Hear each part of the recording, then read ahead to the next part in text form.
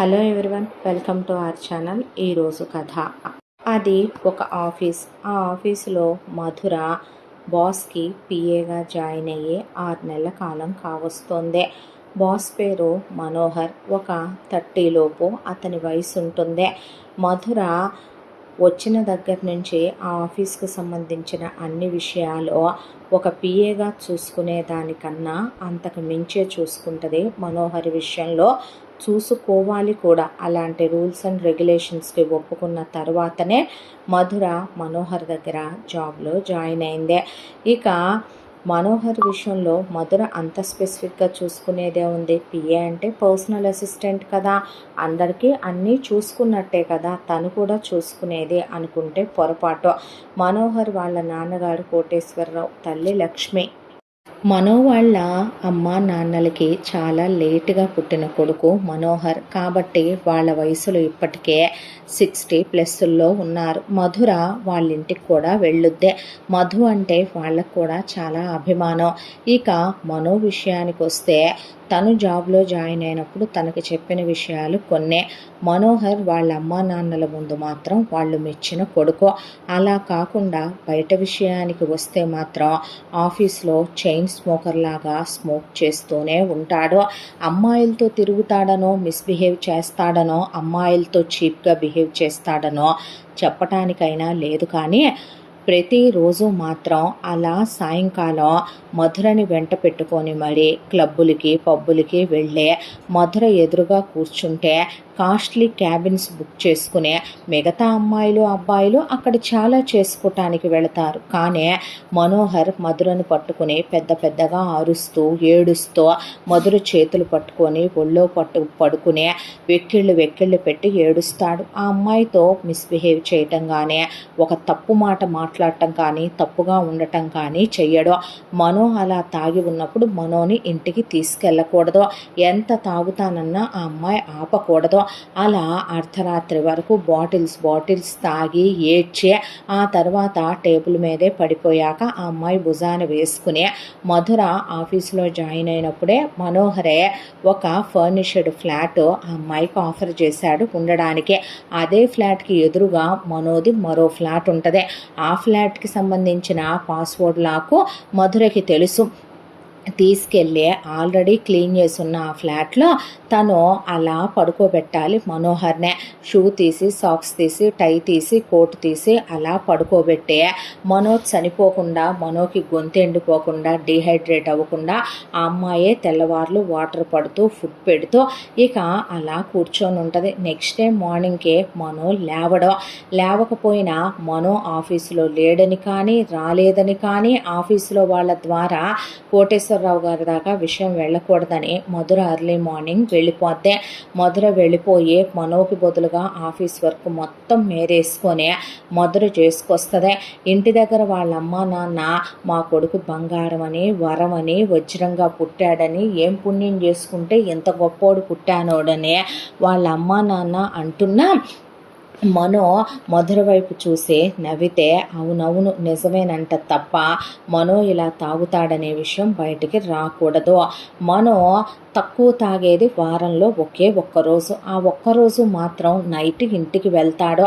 మిగతా 6 రోజులు ఎంత తాగుతాడో ఏంటో అసలు ఎవరికీ అర్థం కానంత తాగేస్తాడు. ఎందుకు ఏంటనే ఒక ఆఫీసులో ఎంప్లాయీగా జీతం పడేస్తున్నప్పుడు తన పని తను చూసుకోవాలి తప్ప తనతో ఏమైనా తప్పుగా బిహేవ్ చేసి తన తాగమంటున్నాడా, తాగి తన్నేమైనా రూమ్లోకి వచ్చి బెడ్ షేర్ చేసుకోమంటున్నాడా, లిమిట్స్ క్రాస్ చేసి మాట్లాడటం మధురకు అసలు అలవాటు లేదు.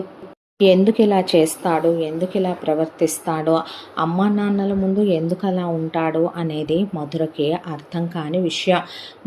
మధుకి మంచి శాలరీ ఇస్తాడు, హైక్ ఇస్తాడు, ఆ అమ్మాయికి గౌరవం ఇస్తాడు, విలువిస్తాడు. వాళ్ళ అమ్మా నాన్నల ముందు మాత్రం అస్సలు మధు ఏమీ చెప్పకూడదు. వారంలో మిగతా 6 రోజులు ఇంటికి రావేంట్రా అని వాళ్ళు అడిగినా ఆఫీస్లో వర్క్ ఉంటోందని, సార్ చాలా బిజీగా ఉంటున్నారని, న్యూ కాంట్రాక్ట్స్ జాబ్స్ ఓకే చేశామని, ప్రాజెక్ట్ వర్కులు ఉన్నాయని మనోకు బదులు మధుయే చెప్పేసి వాళ్ళని కాంప్రమైజ్ చేసి ఒప్పించేయాలి. పైగా ఈ ఉన్న అన్ని సుగుణాలకి తోడు మనోకి బాగా డ్రగ్స్ తీసుకునే అలవాటు ఉంది. ప్రతిరోజు అంత తాగేసి ఫ్లాట్కి తీసుకొని వెళ్ళిన తర్వాత అసలు ఒక కబోర్డ్ నిండా ఇంజెక్షన్లు, సిరంజులు, పౌడర్లు, లిక్విడ్లు రకరకాలు పెట్టుంటాయి. అవన్నీ పెట్టి పొడుచుకుంటుంటే ఆ అమ్మాయి చూడలేక, ఏం కర్మిది, ఎందుకింత చీప్గా బిహేవ్ చేస్తాడో, ఏమి లేక ఎందుకు అన్నీ ఉండి కూడా అనిపిస్తుంది ఆ అమ్మాయికి. ఆఫీసులో కూడా ఆల్మోస్ట్ వారంలో ఒక 5-6 రోజుల పాటు అసలు మనో టైంకి లేవడు, రాడు. కానీ అటెంటివ్గా మధు ముందే వెళ్ళి మనో లేడనే దాన్ని ఎక్కడా ఎవరికి అనుమానం రాకుండా, లోటు రాకుండా కవర్ చేస్తే తనకి ఎప్పటికో ఆ తాగిన మత్తు, ఆ డ్రగ్స్ మత్తు దిగిన తర్వాత మిట్ట మధ్యాహ్నమో లేదంటే 2, 3, 4 వస్తాడో. అప్పుడు తప్ప ఆఫీస్కి రాడు. మనో చేసే పనుల వల్ల ఎవరికో హాని కలుగుతుందనో, తిడతాడనో, కొడతాడనో, ఆఫీస్లో ఏదో ఎవరినో టార్చర్లు పెడతాడనో, ఇంట్లో వాళ్ళని బాధ పెడతాడనో కాదు. ఒక మనిషి అంత చిన్న వయసులో తాను టార్చర్ చేసుకోవటం కూడా తప్పే కదా. ఒకవైపున వాళ్ళ అమ్మా నాన్నలు పెళ్ళో 30 వస్తున్నాయి, పెళ్లి చేసుకోమని కనపడితే చాలు వాళ్ళు బ్రతిమిలాడే, మాకు వయసు అయిపోతుందో నువ్వు పెళ్లి చేసుకుని ఆయన నీకంటూ భార్య బిడ్డ జీవితం ఉండొద్దా అని వాళ్ళు మొత్తుకుంటూ ఉంటే, మధుర ముందు మాత్రం మనో ఏడుస్తాడు, దిగులు పడతాడు, బాధపడతాడు, అరుస్తాడు, కేకలు పెడతాడు. ఒక్కొక్కసారి వేటికి పడితే వాటికేసి తలలు కొట్టేసుకుంటాడు. ఇవన్నీ ఆ అమ్మాయికి ఒక్కదానికే తెలుసు. అంతకు మించి బయట ప్రపంచానికి మాత్రం మనో దేవుడు. ఆఫీస్లో ఎవరికి ఏ చిన్న ప్రాబ్లం వచ్చిందన్నా కూడా వాళ్ళు అడిగిన దానికన్నా ఎక్కువగానే వాళ్ళకి హాస్పిటల్ బిల్స్ కానీ, వాళ్ళు లీవులు అడిగినా కానీ, పర్క్లు, హైకులు, స్టాఫ్ని చూసే విధానం. ఒక కార్పొరేట్ ఆఫీసుల్లో ఎక్కడా కూడా ఇవ్వనన్ని బెనిఫిట్స్ మనో దగ్గర ఉంటాయి. మార్నింగ్ ఫ్రీ బ్రేక్ఫాస్ట్ ఉంటుంది, కాఫీ, టీ, గ్రీన్ టీ, వాళ్ళు ఇష్టమైనన్ని పాలు. అలాగే డెలివరీ అయిన మదర్స్ పిల్లల్ని తెచ్చుకుంటే వాళ్ళ పిల్లల కోసం ఒక ప్లేయింగ్ రూము, ఆ పిల్లల్ని చూసుకోవడానికి ఒక 2 ఆయాలు ఉంటారు. వాళ్ళు హ్యాపీగా వర్క్ చేసుకుంటూ పిల్లల్ని చూసుకుంటూ ఉండొచ్చు. వారంలో 5 రోజులే ఆఫీస్ ఉంటుంది, 2 డేస్ హాలిడేస్ ఏనో. అంతా దాంట్లో కూడా అసలు మనో రిస్ట్రిక్టెడ్గా ఉండడు. తను కూడా ఆఫీసులో తెగ పడి పనిచేసేయాలనేవి అనుకోడు. ఎందుకంటే మనిషి బ్రతకటానికి డబ్బు కావాలి, డబ్బే బ్రతకైపోకూడదు అనుకునే తత్వం మనోది. ఎటు వాళ్ళ బిజినెస్ వాళ్ళ నాన్నగారు చాలా డెవలప్ చేసే మనోకి ఇచ్చారు. మనో ఏమీ బిజినెస్ని నష్టాల్లో తీసుకెళ్ళటమో, లేదంటే గనక ఆ అమ్మాయిలతో తిరిగి డబ్బులన్నీ వాళ్ళకి ధారపోయటాలు లాంటివి చేయడు. ఆర్ఫన్లకి డొనేట్ చేస్తాడు. మంచి పనులు చాలా ఉన్నాయి, పిల్లల్ని చదివిస్తాడు, బిజినెస్ ఎక్కడా తగ్గకుండా చూసుకుంటాడు. అలాగని చెప్పి డబ్బే ప్రపంచం అన్నంతగా వర్కాలిక్ మాత్రం అయిపోడు. ఆఫీస్లో స్టాఫ్కైనా అంతే. వాళ్ళ ప్రతి బర్త్డే టైం టు టైం ఆఫీస్లో టీం ఉంటారు, వాళ్ళు సెలబ్రేట్ చేస్తారు. ఆఫీస్లో ఉండేవాళ్ళు వాళ్ళకి లంచ్ దగ్గర నుంచి అన్నీ ప్రొవైడ్ చేస్తాడు. వాళ్ళకి ఏ ప్రాబ్లమ్స్ ఉండవు, హ్యాపీగా. అసలు బయట ప్రపంచానికి మనో ఇలా ఉంటాడా? తన క్యాబిన్లోకి మాత్రం మధు పర్మిషన్ లేకుండా ఎవరూ వెళ్ళకూడదు. అసలు మనో తాగటం మొదలు పెడితే సిగరెట్లు ఎన్ని పెట్టెలు తాగుతాడో, అలా అసలు ఒక్కొక్కసారి ఆఫీస్లో కూడా డ్రింక్ చేస్తూ ఉంటాడో అవన్నీ మధుకి మాత్రమే తెలుసు. ఏంటో ఇదంతా అని చెప్పి ఆ అమ్మాయికి మైండ్ పనిచేయదు. ఇక మధుర వాళ్ళ అమ్మ నాన్న ఫ్యామిలీ ఉండేది వేరే ఊళ్ళో. ఆ అమ్మాయి వచ్చినప్పుడు ఎప్పుడు వెళ్తావు ఇంటికంటే 2 వారాలకు ఒకసారి వెళ్ళొస్తాను సార్ అంటే, నువ్వు వెళ్తే ఇక్కడ ఇవన్నీ ఎవడు మేనేజ్ చేస్తాడు మధు అని చెప్పి ఆ అమ్మాయి వెళ్ళేదే 2-3 నెలలకి 1-2 రోజులు ఇస్తాడు పర్మిషన్. ఆ 2 రోజులు ఆ అమ్మాయి వెళ్ళి రావటానికి పట్టే టైము. ఈలోపు మాత్రం రాముడు మంచి బాలుడు అన్నట్టు ఆ 2 రోజులు ఇంటికి వెళ్ళిపోతాడు. ఎందుకంటే తను ఎక్కడైనా తాగి పడిపోయినా, తను ఇలా డ్రగ్స్ తీసుకుంటున్న విషయాలు, తాగుతున్న విషయాలు తెలిసినా వాళ్ళ అమ్మ నాన్న తట్టుకోలేరు. తను అసలు ఫ్యామిలీ ముందు బ్యాడ్ అవ్వలేడు. మనో వాళ్ళది పెద్ద చాంతాడంత ఫ్యామిలీ ఉంటుంది. ఇక వాళ్ళ అమ్మ తరపున నాన్న తరపున అబ్బో చుట్టాల గురించి చెప్పాలంటే జస్ట్ చిటికేస్తే 500 మంది క్లోజ్ సర్కిల్ మాత్రమే ఉంటారు, వాళ్ళకి అంతమంది ముందు తను చెడు బ్యాడు అవలేనని ఆ అమ్మాయి లేని ఆ 2 రోజులు మాత్రం ఎర్లీగా ఇంటికి వెళ్ళిపోయి తన పనులు తను చూసుకొని ఎర్లీగా ఆఫీస్కి వెళ్ళిపోతాడు. మళ్ళీ మధు వచ్చాక యాజ్ యూజువల్గా జరిగే పనులేవే. ఆ అమ్మాయి అనుకుంటూ ఇలా రోజులు గడిచిపోతూ ఉండగా ఒక రోజున ఈరోజు ఇంటికి రమ్మనమని ఫోన్ చేశారు అనే తాగబోతూ ఉండగా మళ్ళీ అమ్మ నాన్నకి స్మెల్ వస్తేమో సార్ అంటే తక్కువే తాగుతున్నానులే 4 పెగ్సే అనే 4 పెగ్స్ తాగి నోట్లో సోంపు వేసుకొని మౌత్ ఫ్రెషనర్ వేసుకొని చూయింగ్ గమ్ వేసుకొని స్మెల్ వస్తుందా అని ఆ అమ్మాయిని 10 సార్లు అడిగితే లేదులేండి సార్ అన్న తర్వాత పద ఏంటో ఇంటికి రమ్మన్నారు ఈరోజు, నాకు అసలే మూడ్ బాగాలేదు మధుర అన్న ఆ అమ్మాయి ఏం మాట్లాడాల. ఇంటికి వెళ్ళేసరికి కోటేశ్వరరావు గారు, లక్ష్మి, మనో వాళ్ళ నానమ్మ, తాతయ్య, అమ్మమ్మ, తాతయ్య, ఇక పెద్ద బెటాలియన్ చుట్టాలు ఒక 500 మంది కూర్చొని ఉన్నారు. వీళ్ళ అత్తలు, పిన్నులు, పెద్దమ్మలు, మావయ్యలు, బాబాయిలు మొత్తం కలిపి కూర్చొని ఉండేసరికి హాయ్ ఏంటి అందరు వచ్చారు అని మను అనేసరికి అబ్బా ఎందుకు వచ్చామో చెప్తాంలే కానీ నువ్వు ముందురా అనేసరికి ఏంటే అని కజిన్ సిస్టర్స్ని వాళ్ళని అంటే నీకు పెళ్లి చూపులుగా అనేసరికి వాట్ అన్నాడు మను. అనేసరికి చాలాసార్లు మధుర విని ఉన్నమాట. మనోకు అసలు పెళ్ళి అంటే ఇంట్రెస్ట్ లేదు, నాకు పెళ్ళి చేసుకోవాలని లేదు మధుర, నేను పెళ్ళికి రెడీగా లేను మధుర, వాళ్ళు అలాగే అంటారు మధుర అని ఆ అమ్మాయికి చాలాసార్లు చెప్పున్నాడు. అలాంటిది వీళ్ళు పెళ్లి చూపులు అంటున్నారని ఆ అమ్మాయి కూడా గుడ్లు తిప్పుతో అలా నుంచునేసరికి నువ్వు రామ్మ మధుర అని లక్ష్మి పిలిచి ఇదిగోరా మేము పెళ్ళి అంటంటే నువ్వు ఇదిగో పెళ్ళొద్దు అదిగో పెళ్ళొద్దు అని మీనమేషాలు లెక్క పెడుతూ రోజులు గడుపుకుంటూ వెళ్ళిపోతున్నావుగా సుంఠ, కాబట్టే నాన్నగారు మేము మన చుట్టాలందరూ కలిసి నిన్ను ఇలాగే వదిలేస్తే ఎలాగా, ఒక ఇంటివాడిని చెయ్యొద్దు, అసలే మీ తాతయ్య మాకు ఆలస్యంగా పిల్లలు పుట్టి మీ బాబాయిలకి మేనత్తలకి ఎంతమందికి పుట్టినా నువ్వు పెద్ద కొడుకువాయా, నీ పెళ్లి చేసి నీ కూతురునో కొడుకునో ఎత్తుకున్నదాకా ఇటు మీ అమ్మమ్మ తాతయ్య అటు మీ నానమ్మ తాతయ్య దేవుడి దగ్గరకు కూడా వెళ్ళమని ప్రాణాలు ఉగ్గబట్టు కూర్చున్నారు పెద్దోళ్ళు, ఈసారి మాత్రం నువ్వు కాదంటానికి వీల్లేదు, ఇదిగో ఈ అమ్మాయి పేరు సరళ అని ఒక అమ్మాయిని చూపిస్తే అలా చూశాడు. మధురకి పక్కుమని నవ్వొచ్చింది కానీ నోరు మూసేసుకుంది. మనో మెయింటెనెన్స్ చాలా హైలో ఉంటుంది, అంత తాగినా అంత ఎలా ఉన్నా పార్లర్ మెయింటెనెన్స్ కానీ వాడే ఖరీదైనటువంటి సోపు దగ్గర నుంచి కర్చీఫ్ వరకు, షూ దగ్గర నుంచి హెయిర్ సీరం వరకు ప్రతిదీ చాలా పర్టికులర్గా ఉంటాడు. పర్ఫ్యూముల విషయాల్లో అయితే ఇంకా పర్టికులర్గా ఉంటాడు. బ్యూటీ స్టాండర్డ్స్ ఓ లెవెల్లో మెయింటైన్ చేస్తాడు. ఆ అమ్మాయి వైపు చూస్తే మనోకి కడుపులో తిప్పేసింది. ఓపెన్గా చెప్పాలంటే ఒక మగాడికి ఆడవేషం వేసి జుట్టు పెట్టి డ్రెస్ వేసి కూర్చోబెడితే ఎలా ఉంటుందో ఆ అమ్మాయి అలా ఉంది.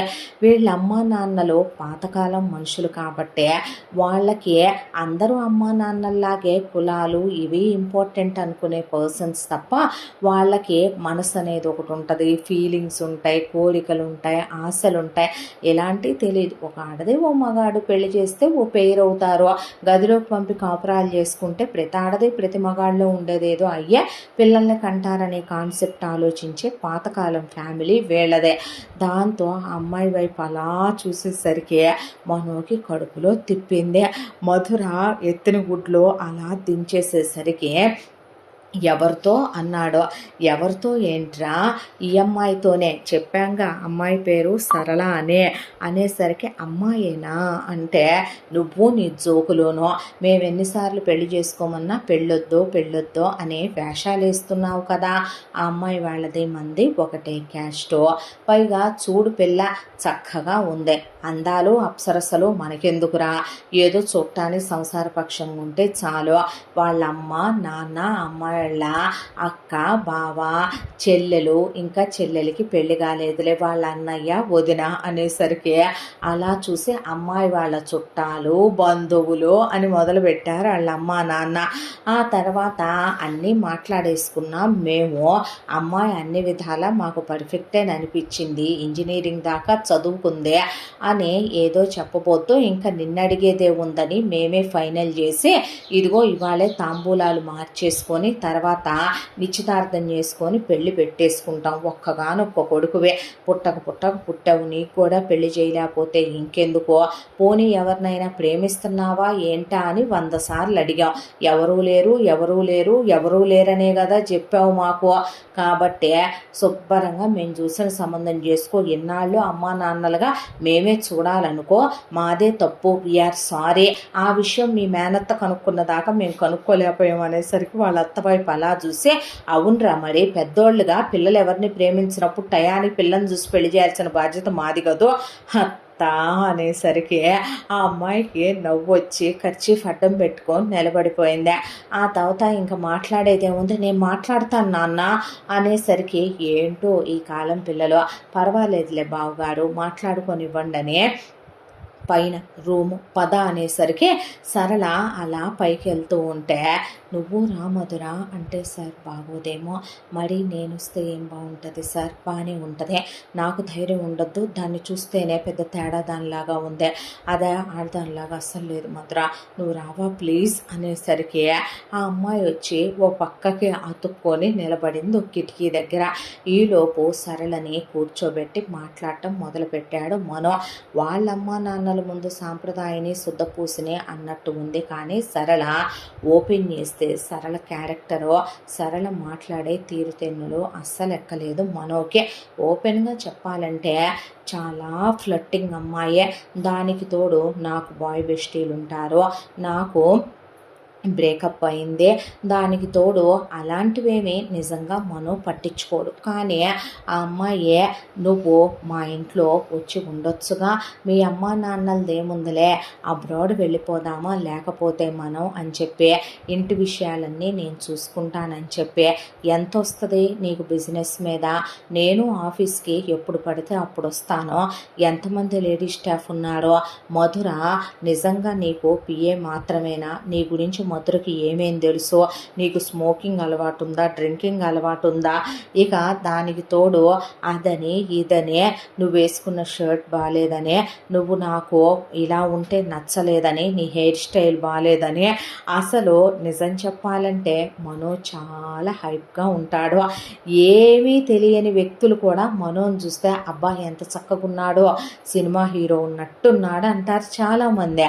అలాంటిదే అలా మాట్లాడటం ఒకటే, దానికి తోడు అదేంటి నువ్వు అబ్రాడ్ వెళ్ళి చదవలేదా, ఏంది ఇండియాలోనే చదివావు అని మా అమ్మ నాన్నకి నువ్వు రెస్పెక్ట్ ఇవ్వాలని, మా బావ మేము ఎంత చెప్తే అంత తింటాడని చెప్పి, నేను ఎప్పుడు పిల్లల్ని కనాలనుకుంటే, ఎంతమందిని కనాలనుకుంటే అంతమందిని కనాలని, ఇక ఒకటే ముందలే నేను ప్రతిదీ ఫ్రెండ్స్తో షేర్ చేసుకుంటానని, నా ఇన్స్టాగ్రామ్ ఫాలోవర్స్ ఎంత, నా ఫేస్బుక్ ఎంత, అబ్బో ఇక మొదలు పెడితే ఆపకుండా లోడా లోడా లోడా లోడా లోడా అమ్మాయి మాట్లాడేసరికి చటుక్కుని లేచి నుంచున్నాడు మనో. అర్థమైపోయింది మధురకి మ్యాటర్. దాంతో మనో గబా మెట్లు దిగుతూ మధుర వైపు చూస్తే వెనకాలే దిగేసింది మధుర.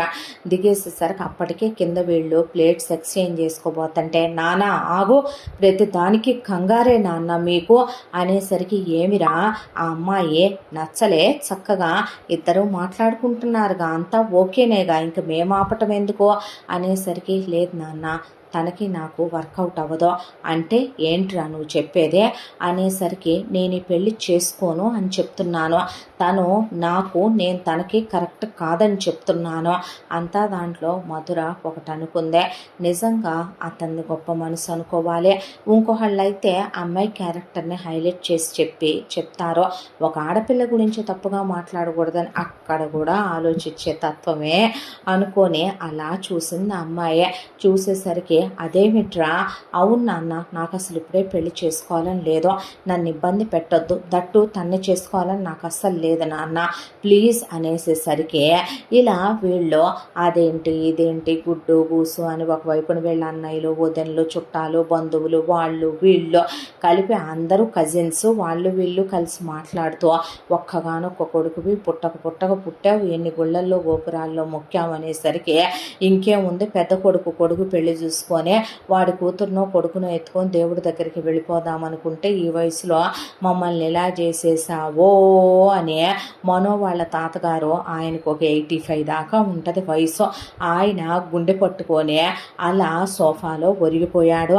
దాంతో మళ్ళీ ఇక్కడి నుంచే అంబులెన్స్లకు ఫోన్ చేసి సచ్చి చెడే ఇక్కడి నుంచే హాస్పిటల్కి వేసుకొని తీసుకెళ్తే, డబ్బున్న వాళ్ళు వచ్చారంటే హాస్పిటల్లో హడావిడి కామన్ కదా. ముసలాయనకి ఐసీయూలో చేర్చి ఆక్సిజన్ పెట్టామని, కాసేపు డిస్టర్బ్ చేయొద్దు ఇంజక్షన్లు ఇచ్చామని డాక్టర్లు చెప్పేసరికి మనో వచ్చి మధుర పక్కన నుంచున్నాడు. ఇప్పుడు నీకు విషయం తెలుసా మధుర, ముసలోడు ఇదంతా ఎందుకు చేస్తున్నాడో తెలుసా? దీని వెనకాల పెద్ద గూడు పుటాని ఉంటుంది.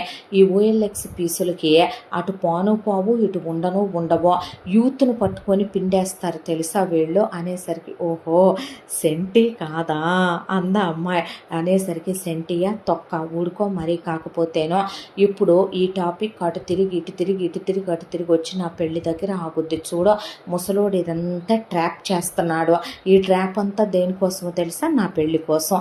చూడు ఇప్పుడు జరిగే మెలో డ్రామా చూడు అనేసరికి ఆ అమ్మాయి కూడా అలా చూస్తూ నుంచుంటే, నిజంగానే తాతగారు చిన్నప్పటి నుంచి ఏమేం చేశారని, అక్కడి నుంచి తాతగారి పెళ్ళి, తాతగారి పుట్టిన పిల్లలు, ఆ తర్వాత వాళ్ళకు వచ్చిన కోడళ్ళు, కొడుకులు, కూతుళ్ళు, అల్లుళ్ళు, నెక్స్ట్ మనవాళ్ళు, మనవరాళ్ళ దగ్గరకు వచ్చి అందరి విషయం పక్కకి వెళ్ళి మనో దగ్గరకు వచ్చి, మనో పెళ్లి దగ్గరకు వచ్చి ఆగింది టాపిక్. అందరూ కలిసే తాతయ్యని పొట్టను పెట్టుకుందాం అనుకుంటున్నావా పెద్ద ముండా కొడుకు, ఇంటికి పెద్ద తలకాయ లేకపోతే ఎద్దు తలకాయ తెచ్చి పెట్టుకోమన్నారు. పెద్దోళ్ళు 10 కాలాలు బతకాలనుకోవాలి. మునిమన వాళ్ళని ఎత్తుకున్నా మా అందరికీ పుట్టిన పిల్లల్ని గుండె సంతోషపడలేదు.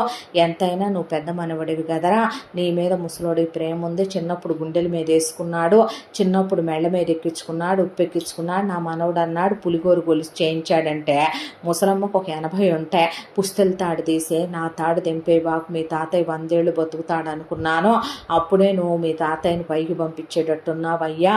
ఎన్నాళ్ళు అయినట్లేదు మా పెళ్ళై. నిజమే వారమే అయింది మీ ఇద్దరికి పెళ్ళై అనేసరికి అమ్మాయికి నవ్వొచ్చి ఆ అమ్మాయి పక్కకి తిరిగిపోతే, చూసావా మధుర ఎలా వేస్తున్నారో యాషాలు అందరూ కలిసి అనేసరికి, బాగానే గెస్ చేశారు సార్ మీరు అని అమ్మాయి అలా చూస్తూ నుంచుంది. మరే నాకు తెలుసుగా మొత్తం డ్రామా యాక్టర్లు, మహానటులు తీసుకెళ్తే అసలు వితౌట్ ఆడిషన్ సెలెక్ట్ చేసేసుకుంటారు తెలుసా వీళ్ళని అనేసరికి అమ్మాయి నవ్వొచ్చి అలా నుంచొని నీరసంగా ఉంది మధుర మొహం. నువ్వేంట్రా నీరసంగా ఉన్నావు అనేసరికి, ఆఫ్టర్నూన్ మనం లంచ్ చేయలేదు సార్ ఈరోజు. నిజమే కదా మంద అని చెప్పి అంటూ ఉండగా, తాతయ్య గారు స్పృహలోకి వచ్చారు సార్ అని చెప్పి అనేసరికి, మంద ఆ డాక్టర్ తెలిసినోడే, ఇంకొకళ్ళని అయితే అలౌ చేస్తారా? ముసలాయన రూమ్లోకి అందరినీ అలౌ చేసేసరికి వెళ్తే మధురకి అలా చూపించాడు మనో. చూపించేసరికి ముసలాయనకనే ఓఆర్ఎక్స్ఎల్ ప్యాకెట్లు అవి పెట్టుంటే ఒకటి తీసుకొని మనో అలా తాగి పక్కన ఇసిరేసి ఇంకోటి మధుర చేతిలో పెడితే, తాతగారి పక్కనే ఉన్న చిన్న స్టూల్ మీద అమ్మాయిని కూర్చోబెడితే కూర్చొని తాగుతుంది మెల్లిగా. ఈలోపు ముసలాయన లేసి, ఇహ నేను బ్రతకనని, నేను ఎన్నాళ్ళలో ఉండనని, యమధర్మరాజు దాకా వెళ్ళిపోయానని, నా పెద్ద మనవడి పెళ్లి చూసుకొని వాడికి పుట్టబోయే పిల్లల్ని చూసుకొని తిరిగి వస్తానని ప్రామిస్ చేసి వచ్చానని, నువ్వు నా చేతిలో చెయ్యయ్యా, నువ్వు పెళ్లి చేసుకోరా, నువ్వు పెళ్లి చేసుకోపోతే ఈ తాతయ్య మీ నాయనమ్మ తాళి తీసుకొని వెళ్ళిపోతాడయ్యా అనేసరికి అందరూ నోట్లో గుడ్డలు కుక్కుకొని బావురుమని ఏడ్చి, ఎయ్యరా చెయ్యి వెయ్యరా, ప్రమాణం చెయ్యరా అని ఒకవైపున వీళ్ళ నాన్న వీళ్ళ అమ్మ చుట్టాలు బంధువులు, అయ్యో తాత ప్రేమ అప్పుడే పోతుందా అని మనవరాళ్ళు, అయ్యయ్యో నానమ్మ మొండమోపిదైపోతుందా అని చెప్పి ఇంకొక వైపున అమ్మమ్మని ఇలా చూడలేకపోతున్నావు ఇంకొక వైపున వీళ్ళందరూ తగులుకుంటే, ఆ అమ్మాయి మాత్రం నోట్లో స్ట్రా పెట్టి తాగుతూ అలా గుడ్లేసుకొని భలే ముద్దుగా చూస్తూ కూర్చునేసరికి చేతిలో చెయ్యేసే, ఇప్పుడు చేసుకుంటాను అంటాను తప్ప వేరే ఆప్షన్ లేదు, సరే చేసుకుంటాను అనేసరికి అవతలు చూస్తే సరళ సిగ్గుపడి బొటన వేలుతో ముగ్గేస్తుంటే, తన్ను మాత్రం చేసుకోను అనేసరికి, అయితే ఎవరిని చేసుకుంటావురా మరి అనేసరికి, ఎవరిని చేసుకుంటానని చెప్పాలి అనేసరికి, నేను ఆల్రెడీ ఒకళ్ళని ప్రేమిస్తున్నాను అంటే, ఎవరు ఎవరో ఫోటో చూపించు, మనిషిని చూపించు, ఎవరు అంటే చుట్టూ చూస్తే నర్సుని చూస్తే నర్సుకు 45 ఉంటాయి, సెట్ అవ్వదా. డాక్టర్ని చూస్తే బ్లాక్ బెడ్స్ ఉన్నాయి, సెట్ అవ్వదా. చుట్టాలు బంధువులు కజిన్స్ అమ్మో పెద్ద కంచులు ఇయ్యే, వీటి జోలికి వెళ్ళకూడదు. ఇక పోనే అక్కడికి మిగతా తన ఫ్రెండ్స్ కూడా వచ్చారు అమ్మాయిలు, అమ్మో ఈ కత్తులు, వీటి జోలికి అసలు వెళ్ళకూడదని చుట్టూ గుండ్రంగా చూస్తున్న కళ్ళు మధుర దగ్గరికి వెళ్ళి ఆగి అలా చూపుడు వేలెత్తే చూపిస్తే మధుర నవ్వుతూ వెనక్కి తిరిగి చూస్తే వెనకాల గోడ తప్ప ఏమీ లేదు. ఎవరిని మన మధురనా అనేసరికి మధురనే అనేసరికి ఆ అమ్మాయి అలా బిత్తరపోయి నుంచుంటే ఎప్పటి నుంచిరా అనేసరికి మధుర జాయిన్ అయినప్పటి నుంచి ఇద్దరం చాలా డీప్ లవ్లో ఉన్నాము అనేసరికి అవునా మరి ఆ విషయం ఎంతకాలం చెప్పలేదే, ఇంటికి వెళ్ళాక మాట్లాడుకుందామంటే నాకు తగ్గిపోయింది వెళ్దామని ముసలాయన ఆక్సిజన్ తీసేసి కూర్చుంటే ఆ అమ్మాయి అలా చూస్తూ కూర్చుంది. నీకు తగ్గుద్ది, నాకు తెలుసుగా, నీకు తగ్గిపోద్ది, నాకెందుకు తెలియదని అప్పటికప్పుడు మొత్తం ఇంటి దగ్గరకు వచ్చేసరికి ఆ అమ్మాయిని అలా కూర్చోబెట్టి అందుకేనా పెద్దవ్వ సాయంత్రాలు ఈ మధ్య ఇంటికి రావట్లేదు, ఇద్దరు కలిసి బయటకు వెళ్తున్నట్టున్నారు. ఏ అన్నయ్య ఇంకేముంది, వదిన అమ్మ వచ్చేస్తోందోచ్ మా ఇంటికి, ఇంకా రావటం ఏంటి, 6 నెలల క్రితమే వస్తే మాకే అభ్యంతరం లేదు, బంగారం లాంటి పిల్ల, అలాంటి పిల్లని చిదివి దీపం పెట్టుకోవచ్చు, అంత మంచి పిల్ల అసలు దొరుకుద్దా అని వీళ్ళు మధురని ఎత్తేసి మాట్లాడుకోవడం మొదలుపెట్టారు. అంతా దాంట్లో మధుర మాట్లాడబోతుంటే ప్లీజ్ అని మాట్లాడొద్దని రిక్వెస్ట్ చేసే కళ్ళతోనే 100 సైగలు చేస్తూ ఉంటే అలా నుంచొని మధుర పక్కకు రమ్మనమని సైగ చేసి చెట్మని ఒకటేస్తే అబ్బా అనేసరికి ఏంటి సార్ మరి మీకు నాకు ప్రేమ ఏంటి, అబ్బా ఏదో ఒకట్లే ఇప్పటికి మాట అడ్డం వేశాను కదా, ప్రస్తుతానికి నా పెళ్లి విషయం ఎత్తరు మధుర, నాకు పెళ్లి చేసుకోవాలని లేదు, చేసుకున్నా ఆ మగరాయిని చేసుకోవాలని అసలు లేదురా, ప్లీజ్ నాకన్నా చిన్నదానివి కదరా, అర్థం చేసుకోవచ్చు కదా అనేసరికి ఆ అమ్మాయి అలా చూసి ఆడపిల్లలకి స్వతంత్రతలు కావాలని ఎంటెక్ అయిపోయిందని నేను ఎందుకు సార్ ఉద్యోగానికి వచ్చి జాయిన్ అయ్యానంటే, ఇదిగో నా గురించి అన్నీ తెలుసు, నువ్వు అలా మాట్లాడకూడదు, తెలుసా నేనేంటో నీకు తెలుసు, యూనో ఏం తెలుసు సార్ మీ గురించి, తాగుతారనా, డ్రగ్స్ తీసుకుంటారనా, లేదంటే స్మోక్ చేస్తారనా, అయ్యైనా నీకేగా తెలుసు, ఇక్కడ ఉన్న వాళ్ళకి ఎవరికి తెలియదు బంగారం అనేసరికి సార్ అంటే అదిగో ఆ పక్కకెళ్ళి గుసగుసలే తగ్గించి ఇట్రా అని చెప్పి వాళ్ళు మనోని అలా పట్టుకొని ఇంకా వెంటనే 10 రోజుల్లో నిశ్చితార్థం, అలాగే ఒక 20 రోజుల్లో పెళ్ళి పెట్టేసుకుందాం అంటున్నారా తాత వాళ్ళు అనేసరికి ఇప్పుడు ఏం పెళ్ళి, ఇప్పుడు పెళ్ళది ఏం లేదు, అలా ఏంటి అలా ఏం కాదు, మేమిద్దరం ఒకళ్ళనొకళ్ళం ఇంకా అర్థం చేసుకోవాలి, మరీ కాకపోతే మధుర అంత మంచి పిల్ల అయితే ఇంకా ఏంటి అర్థం చేసుకునేది, ఏమ్మా వీడి గురించి నీకేం తెలియదని అన్నీ తెలుసు అని అలా మనో వైపు చూసేసరికి మనోకేమో ఏం చెప్పాలో అర్థం కాక నాకు న్యూ ప్రాజెక్ట్ వచ్చింది, అది అయిందాక ఏంట్రా ఆ ప్రాజెక్టు అని వాళ్ళ నాన్న అడిగితే ఆయన అదే ఆఫీస్ చూసుకొని తనకు అప్పగిచ్చాడనే విషయం మర్చిపోయి ఇలా మాట్లాడతాడేంది అని మధుర చూస్తూ ఉండేసరికి అదే డాడీ ప్రాజెక్టు వచ్చేలాగా కదా ఉందే, అంతకైతే పెళ్ళయి ఫస్ట్ నైట్లు అయ్యి అమ్మాయి నువ్వు హనీమూన్కి వెళ్ళొచ్చిన తర్వాత ఇద్దరు కలిసే ఇప్పుడు ఆఫీస్ చూసుకున్నట్టే చూసుకోండి, ఇప్పుడు దానికి దేనికి సంబంధం ఏంటి, డబ్బుల కోసం చచ్చిపోతున్నావా, కూర్చొని తిన్నా మనకి 50 తరాలకి తరగనంతరా నేను కూడబెట్టింది తాతయ్య మా కొడుకులుగా ఇచ్చింది అనేసరికి ఇస్తాడు ముసలోడు పాపిష్టోడు అని చెప్పి అలా చూసేసరికి అంటే అమ్మాయి ప్రెగ్నెంటా అందుకేనా నువ్వు రాత్రుళ్ళు ఇంటికి రావట్లేదు, వెధవా ఎన్నో నెలమ్మా అనేసరికి అమ్మాయి ప్రెగ్నెంటో అని అలా కళ్ళు ఎర్రగా చేసి చూసేసరికి రాంగ్ బటన్ నొక్కేసినట్టున్నాను, ఇది కొట్టుద్దేమో నన్ను బయటికి వెళ్ళాక అనుకోనే ఆ తర్వాత అంటే అది కాదమ్మా, ఎప్పుడు పడితే అప్పుడు ముహూర్తాలు పెట్టి పెళ్లి చేస్తే ప్రెగ్నెంట్ అవుద్దని అవనివ్వు, అయితే ఏమైందే ఇప్పుడు ఏమ్మా 3వ నెల 5వ నెలలో సీమంతం చేయాలి, పోనీ 5వ నెల 7వ నెలలో సీమంతం చేయాలంటే అబ్బా అలాంటిదేమీ కాదులేవే, ఇప్పుడు పెళ్లి చేసుకుంటే వెంటనే ప్రెగ్నెంట్ అయితే మళ్ళీ నాకు ప్రాబ్లం అని, ఏంటి ప్రాబ్లం, ఎందుకు ప్రాబ్లం అనేసరికి ఉఫో తనకి పీరియడ్స్ అయితే 4 రోజులు 5 రోజులు ఉంటాయి, అయ్యాక ముహూర్తం పెట్టుకుంటాం, దానికి పీరియడ్స్కి సంబంధం ఏంటి, పెళ్ళికి ఏం పోగుతున్నావురా అనేసరికి ఓఫో అని చెప్పి తలకాయ పట్టుకొని సిగ్గుపడుతున్నట్టున్నాడు. పెళ్ళంటే న్యూ రెస్పాన్సిబుల్ రెస్పాన్సిబిలిటీ కదా, టెన్షన్ పడుతున్నట్టున్నాడని కజిన్ బ్రదర్స్ అందరూ అనేసరికి అలాంటిదేరా, భలే అర్థం చేసుకున్నారు మీరు. మా తెలుసుగా, పెళ్ళాలు వచ్చిన తర్వాత లైఫ్లో ఫ్రీడములు వాడిక చచ్చ నిప్పు. మా కొడుకు వాడికి పొగ వాసన పడదు. వాడు అసలు డ్రగ్స్ లాంటివి తీసుకునే వాళ్ళంటే అసహించుకుంటాడు. మంద ఆ మధ్యంలో కూడా ఉండడు. భారీ రోడ్లో ఉందంటే వేరే రోడ్లో నుంచి వెళ్తుంది వాడి కారు అనేసరికి ఆ అమ్మాయి అలా చూస్తే ఆ అమ్మాయి ముందు తలదించేసి, అమ్మా ఇప్పుడే పెళ్ళొద్దే అనేసరికి, నేను యమధర్మరాజు దగ్గర మాటిచ్చావుగా తాత తీసుకెళ్ళలే అంటే, అమ్మ తాతకు కూడా బాగాలేదని చెప్పి ఆ ముసలాయన మొదలుపెట్టాడు. ఉఫ్ఫో అనేసరికి, నేను కాసేపు మధురతో మాట్లాడతానమ్మా ప్లీజ్ డాడీ అని చెప్పి అమ్మాయి చేయి పట్టుకొని గదిలోకి లాక్కొని వెళ్ళేసరికి, మీరెవరూ రావద్దు, పర్సనల్ స్పేస్, అమ్మ వస్తే నేను ఊరుకోనని చెప్పి చెల్లెళ్ళు, తమ్ముళ్ళు, అన్నలు, వదినలు తొంగి చూసే రకాలే వీళ్ళ పెద్దమ్మలు, అత్తలు మొత్తం కూడా.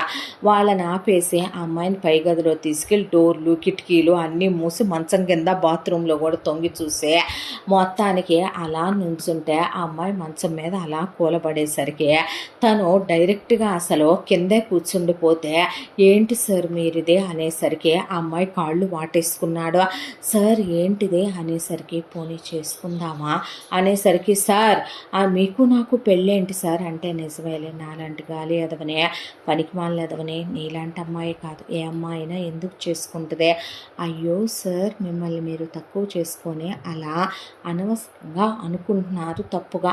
అసలు ఎందుకు పెళ్ళొద్దంటున్నారు, ఈ డ్రామా ఏంటి సార్, ఈ నాటకాలు ఏంటి అనేసరికి, పోనీ డ్రామాగానే పెళ్లి చేసుకుందాం కొన్నాళ్ళు, ఒక 1 year వైఫ్ అండ్ హస్బెండ్గా నటించే తర్వాత మన ఇద్దరికి ఒకళ్ళంటే ఒకళ్ళు కుదరట్లేదని చెప్పి మ్యూచువల్కి అప్లై చేసే డివోర్స్ తీసేసుకుందాం మధుర, నాకు అసలు పెళ్లి చేసుకోవాలని లేదు, పెళ్ళంటే ఇష్టం లేదురా అనేసరికి, సార్ మీరు ఒకటి మర్చిపోతున్నారు, నాకు కూడా ఒక ఫ్యామిలీ ఉంది అనే విషయం మీ ఫ్యామిలీకి తెలియనిస్తామా ఏంటి మధుర, ఎందుకు సార్ ఇదంతా చేసి ఇన్ని రిస్కులు తీసుకునే బదులు మీరు పెళ్ళే చేసుకోవచ్చుగా, చేసుకోలేనురా అంటే, ఏమైంది సార్ అనేసరికి, చెప్పపోవటం ఎందుకు, ఓపెన్గానే చెప్పాలి నీకు నా గతం గురించి.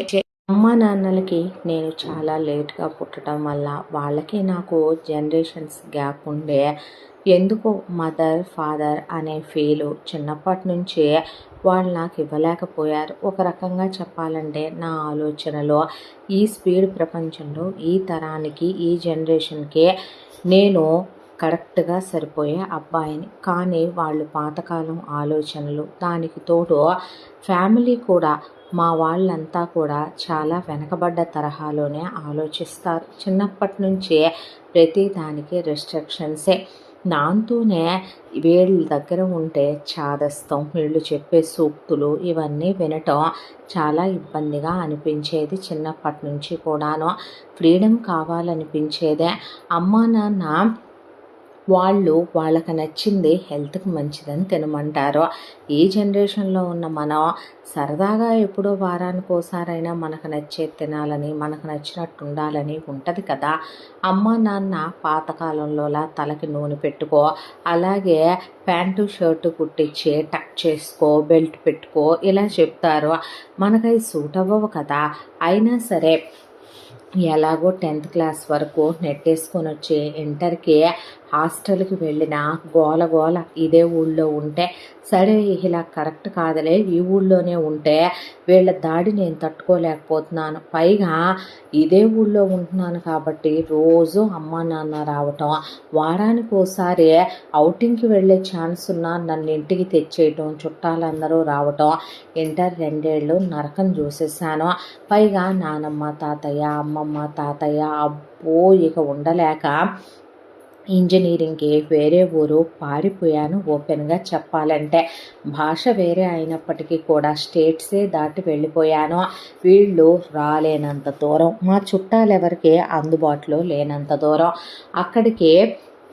అక్కడ ఉండే భాష వాళ్ళే కాకుండా మన తెలుగు వాళ్ళు కూడా మెరిట్ మీద వచ్చేవాళ్ళు, మేనేజ్మెంట్ మీద వచ్చేవాళ్ళు, కొంతమంది స్టూడెంట్స్ వస్తారు. అలాగే వచ్చింది ఒక అమ్మాయే. తనతో నాకు ముందు ఒక మంచి పరిచయం, ఆ తర్వాత ఆ పరిచయం స్నేహంగా మారిందే. తనే నాకు ప్రపోజ్ చేసింది. ఇదంతా జరిగింది 1 వీక్ టైంలో. ఆ తర్వాత అప్పటి వరకు అమ్మ నాన్న ఈ పాతకాలం ప్రపంచాన్ని చూసిన నాకు ఒక అమ్మాయి తనకై తనే వచ్చి ప్రపోజ్ చేసిందంటే మేబీ అబ్బాయిలు Cloud9లో ఉంటారు, అది ఒప్పుకోవాల్సిన విషయం. దాంతోనే నువ్వంటే ఈ జనరేషన్ అమ్మాయివి కాబట్టి నువ్వు నన్ను అర్థం చేసుకోగలవని నీకు చెప్తున్నాను మధుర. ప్రపంచం ఇలా కూడా ఉంటుందా అనేలా తనకు చూపించాలనుకున్నాను. వెంటనే హాస్టల్లో ఉందామనుకున్న వాడిని తను హాస్టల్లో జాయిన్ అవుదామని వచ్చింది. నేను మేనేజ్మెంట్లో వెళ్ళాను, తను మెరిట్ మీద వచ్చిందే. ఇమీడియట్గా అక్కడి నుండి ఫ్లాట్కి షిఫ్ట్ అయిపోయి నాకు కావలసినంత మనీ ఫ్రీడమ్ అయితే నానమ్మ తాతయ్య అమ్మమ్మ తాతయ్య అమ్మ నాన్న నాకు ఆ విషయంలో ఏ లోటు ఉండదు. సో లివిన్లో ఉండడం స్టార్ట్ చేశాను.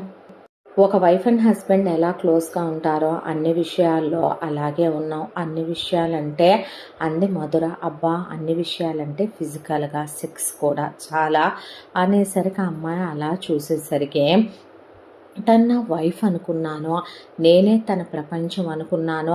తన డ్రాపింగ్ పికప్, తనకు కావలసిన షాపింగ్, పార్లర్కి కావలసిన అమౌంట్ దగ్గర నుంచి తనకి ఈ విషయంలో నేను ఉన్నాను, ఈ విషయంలో నేను లేకుండా తను లేదు అన్నట్టుగా తనంత సెక్యూర్డ్గా చూసుకునేవాడినే. తన కాలు కింద పెట్టనిచ్చేవాడిని కాదు. ఇంట్లో కుక్కుని పెట్టాను, పనివాళ్ళు ఉన్నారో కాలు కింద పెట్టనిచ్చేవాడిని కాదు. తన వర్కులు నేను చేసేవాడిని. తను బిలో యావరేజ్గా చదివేది. నా ఎగ్జామ్కి నేను ఎప్పుడూ నా లైఫ్లోనే అంత ప్రిపేర్ అయ్యేవాడిని కాదేమో, తన కోసం అని చెప్పి బాగా చదివేవాడినే. ఎందుకంటే నేను బాగా చదివితేనేగా నా పేపర్ చూసి యాస్టీస్గా తను కాపీ చేస్తుంది. తను అంతా దాంట్లో తక్కువ అయిపోకూడదని తన్నెక్కడా తక్కువ కానిచ్చేవాడిని కాదు. చాలా ప్రేమించుకున్నాం ఇద్దరం. తను అలాగే ఉండేదే. అసలు నన్ను వదిలి ఒక్క నిమిషం ఉండేది కాదు. అలా ఫ్లాట్ డోర్ తీయగానే గట్టిగా కౌగిలించేసుకొని వెంటనే బెడ్రూమ్లోకి వెళ్ళి రిఫ్రెష్ అయిపోదాం పదా అనేదే. ఫస్ట్ టైము తనే క్లోజ్ అవుదామంది. ఆ రోజు మొదలుపెట్టి తనకి చాలా ఇష్టం ఇంటిమేషన్ అంటే. రోజుకి 5-6 టైమ్స్ లేనిదే అస్సలు ఉండదు. బాగా ఫుడ్ తింటదే. ఇంటి దగ్గర నుంచి అమ్మ వాళ్ళు పార్సిల్స్ పంపించేవాళ్ళు. తెలుసుగా నీకు మా ఇంట్లో మేము ఎలా తింటామో. జస్ట్ బ్రేక్ఫాస్టే ఒక 5-6 రకాలు ఉండాలి. అలా స్వీట్స్ అని స్నాక్స్ అని నా కోసం ఘీ దగ్గర నుంచి అవి ఇవి పంపిస్తే తినేది. పింపుల్స్ వచ్చాయని ఏడ్చేది. మళ్ళీ ఆ ట్రీట్మెంట్లకి నేనే డబ్బులు పెట్టేవాడిని. చాలా బాగా చూసుకునేవాడినే. దాంతోపాటు తనకి ఫ్యామిలీ ఉందని, తన ఫ్యామిలీ ప్రాబ్లమ్స్లో ఉన్నారని చెప్పేదే. నేను ఎప్పుడు డబ్బులు లెక్క చూసుకోలేదు. దాంతోనే వాళ్ళ హౌస్ ఏదో బ్యాంక్ లోన్లో ఉందని చెప్తే నాన్నకి వాటికి వీటికి అని చెప్పి ఎటు జాయిన్ అయింది పాష్ కాలేజే కాబట్టి నాన్న లెక్కలు చూసుకోడు. అలా వాళ్ళ ఇల్లు 50 లక్షలు పెట్టి నేనే వాళ్ళది బ్యాంక్ లోన్లో ఉంటే విడిపించాను. ఆ తర్వాత వాళ్ళ ఫ్యామిలీలో వాళ్ళ అక్కయ్య మ్యారేజ్ కంటే జ్యువెలరీ కోసం అంటే, ఆ తర్వాత వాళ్ళ అన్నయ్య పెళ్ళయింది, వాళ్ళ వదిన చులకనగా చూస్తోంది అని చెప్పి, ఆ తర్వాత వాళ్ళ అన్నయ్య అబ్రాడ్ వెళ్ళటం కోసం డబ్బులంటే ఓ 30 వరకు సర్దాను. ఆ తర్వాత వాళ్ళ తమ్ముడు కాలేజ్లో జాయిన్ అవటానికని చూశాను. వాళ్ళ మమ్మీ గోల్డ్ ఏదో బ్యాంక్ లోన్లో ఉందంటే ఓ 20 ఇచ్చాను. ఇలా ఇవన్నీ నేను ఎప్పుడు లెక్కలు చూసుకోలేదు. ఎందుకంటే వాళ్ళ ఫ్యామిలీ నా ఫ్యామిలీ.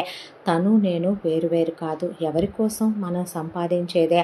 లైఫ్లో మనీ కోసం పరిగెడుతూ పోతే నా ఫిలాసఫీ అప్పుడు ఇప్పుడు ఎప్పుడూ ఒకటే. తనున్నా లేకపోయినా నేను ఒకటే ఫీల్ అవుతాను. మనిషి ఎప్పుడూ కూడా కావలసినంత సంపాదించుకోవాలి.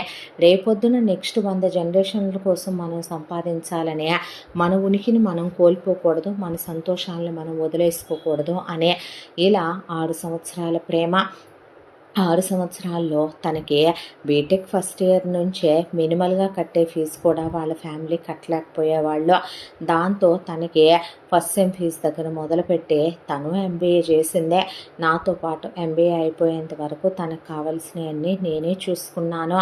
లాస్ట్ సెండ్ ఆఫ్ డే చాలా అంటే చాలా మెమరబుల్గా ఉండాలని చాలా డీప్గా క్లోజ్ అయ్యాం. ఆ తర్వాత మళ్ళీ తను వెళ్ళాలని లేదు అందే, ట్రిప్పుకి తీసుకెళ్ళమందే. అబ్రాడ్ అంతా తిప్పి ఇక్కడికి వెళ్ళలేదన్నట్టు 6 మంత్స్ ట్రిప్కే వెళ్ళాము.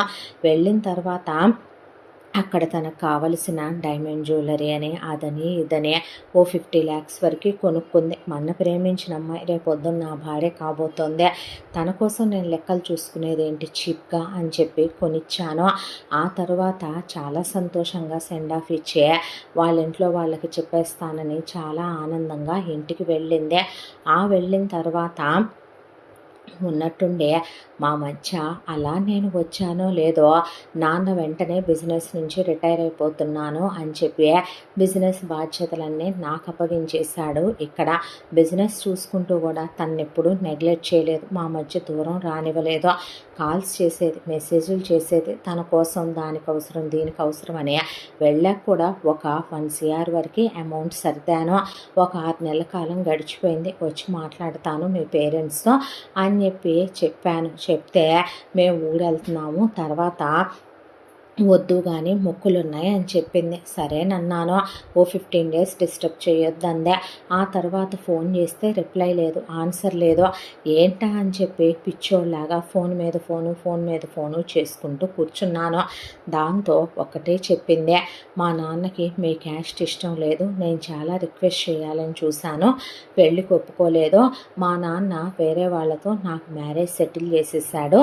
నేను అతనికి ఇచ్చే పెళ్లి చేయొద్దని బ్రతిమలాడుతున్నా నాకు అతనికి పెళ్లి జరిపించేశాడు అనే.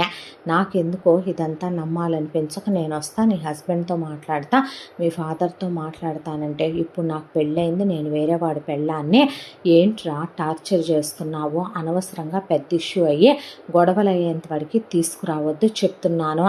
నా వాడికి నేను మా పేరెంట్స్కి వాల్యూ ఇచ్చే అమ్మాయినే, ఆయన ఇష్టం లేదన్నాడు కదా, ఇప్పుడు నువ్వు వచ్చే అనవసరం మా ఫ్యామిలీని రోడ్డు మీదకి తీసుకొస్తావా ఏంటి? ప్రేమించిన అమ్మాయి హ్యాపీగా ఉండాలని కోరుకోవాలి కానీ ఇప్పుడు నా కాపురం కూలిస్తావా? మా ఇల్లాస్ హౌస్లో గొడవలు పెడతావా? నీ వల్ల ఏదైనా ఇష్యూ అయిందంటే నేను చస్తాను, అప్పుడు నువ్వు హ్యాపీగా ఉంటావా? ప్లీజ్ అనే, ఇంకెప్పుడు నన్ను కలవద్దు, నాతో టచ్లో ఉండొద్దు, నేను పోయాననుకో నీకు ఓ లైఫ్ ఉందే, నీ లైఫ్కి తగ్గట్టు నువ్వు వేరే వాళ్ళని పెళ్లి చేసుకొని వెళ్ళిపో అందే. అనేసరికి ఏం క్యాస్ట్ తనదే అని అడిగింది మధుర. ఇది తన క్యాస్ట్ అనేసరికి మాది కూడా అదే క్యాస్ట్ సార్ అనేసరికి, ఏమో తను అలా చేసిన తర్వాత మీ క్యాస్ట్ వాళ్ళని నేను చాలా తిట్టుకున్నాను. ఒక మాట అడగనా, మీ క్యాస్ట్లో అందరూ మీలాగే ఉన్నారా సార్? పైకి కనపడవు కానీ మంచి క్యాస్ట్ ఫీలింగ్ ఉంది నీలో. సార్ ఒక విషయం చెప్పమంటారా, ఎప్పుడు క్యాస్టులను బట్టి డిసైడ్ చేయకూడదు సార్, ఎవరిని క్యారెక్టర్లను బట్టి డిసైడ్ చేయాలేమో కదో అనేసరికి, నాకు అది కూడా లేదంటున్నావా? నేనెందుకు అంటాను సార్. ఆ తర్వాత తన్ని మర్చిపోలేకపోయాను.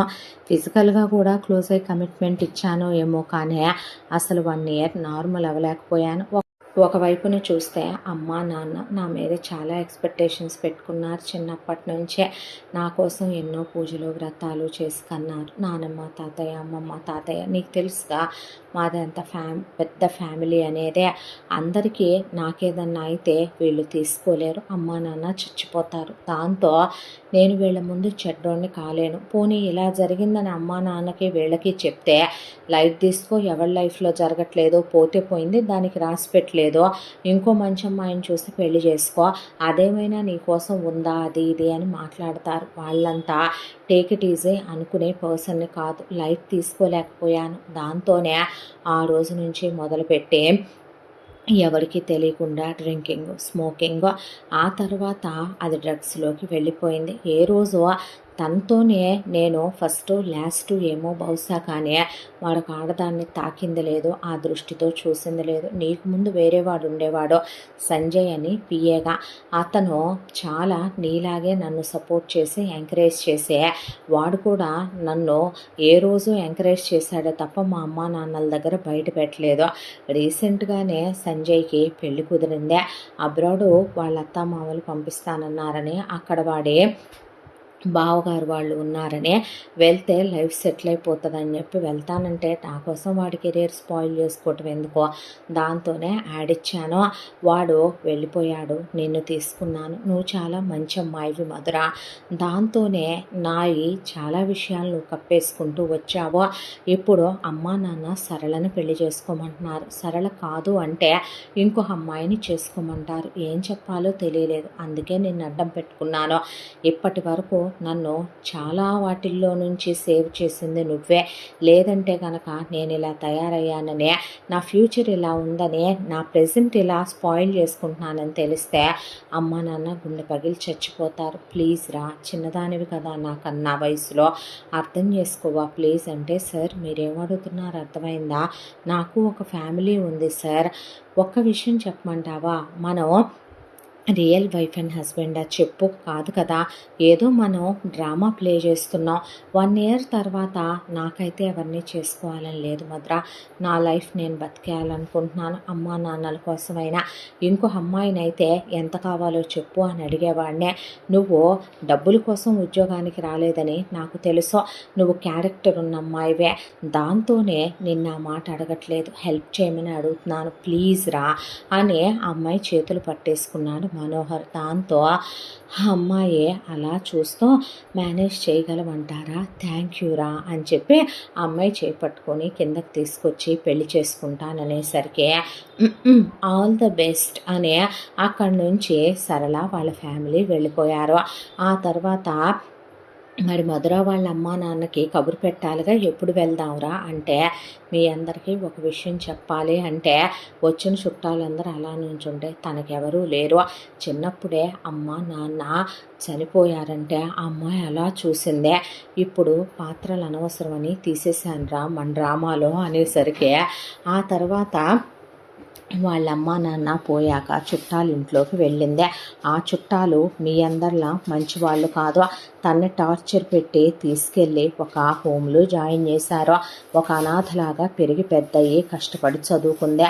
ఆ తర్వాత నా దగ్గర ఉద్యోగానికని ఇలా వచ్చింది. ఇక్కడికి వచ్చిన దగ్గర నుంచి మీకు తెలుసుగా మమ్మీ డాడీ తాతయ్య నానమ్మ అనేసరికి వాళ్ళంతా బావురుమని ఏడ్చి అమ్మాయిని కూర్చోబెట్టి ముక్కులు చీడిపోసి, తల్లి లేని బిడ్డవా అమ్మ అనే చాలా మంచోళ్ళు వీళ్ళ చుట్టాలు కూడా. దాంతో అమ్మాయిని గుండెలకి హత్తుకొని తల్లి ప్రేమ ఎరగవనే అసలు వీళ్ళత్తయ్య కలిపి నాకు నువ్వు కూతురువేనమ్మా అని చెప్పి ముద్దలు పెట్టేస్తూ, ఈ అమ్మాయి కోసం నా తల్లే నా బంగారు కొండే అని ఒకళ్ళు మెళ్ళో గొలుసేస్తే, ఒకళ్ళు గాజులు వేస్తే, ఒకళ్ళు ఉంగరాలు పెడితే, ఆ అమ్మాయికి ఒకళ్ళు నెక్లెస్ వేస్తే అసలు ఆ అమ్మాయి చుట్టూ అందరూ అల్లుకుపోయి, నన్ను అన్నయ్య అనుకోమ్మా, నన్ను వదిన అనుకో, నన్ను అక్కయ్య అనుకోవటం ఏంటి, మేము అదేగా నీకు అవుతామని చెప్పి ఆ అమ్మాయి మీద ప్రేమను కురిపించేస్తూ ఇంకా వాళ్ళు వెంటనే ఎంగేజ్మెంట్కి ఏర్పాట్లు మొదలుపెట్టారు. ఏం పర్లేదు కదా సార్ అంటే, ఏం పర్లేదు నేనున్నాను, నువ్వు టెన్షన్ పడకు అని చెప్పి, నీకన్నీ మేమే అవుతామమ్మా అని చెప్పి కన్యాదానాలు కూడా వీళ్ళ మేనమామ వాళ్ళు మేం చేస్తామని చెప్పి ముందుకొచ్చారు.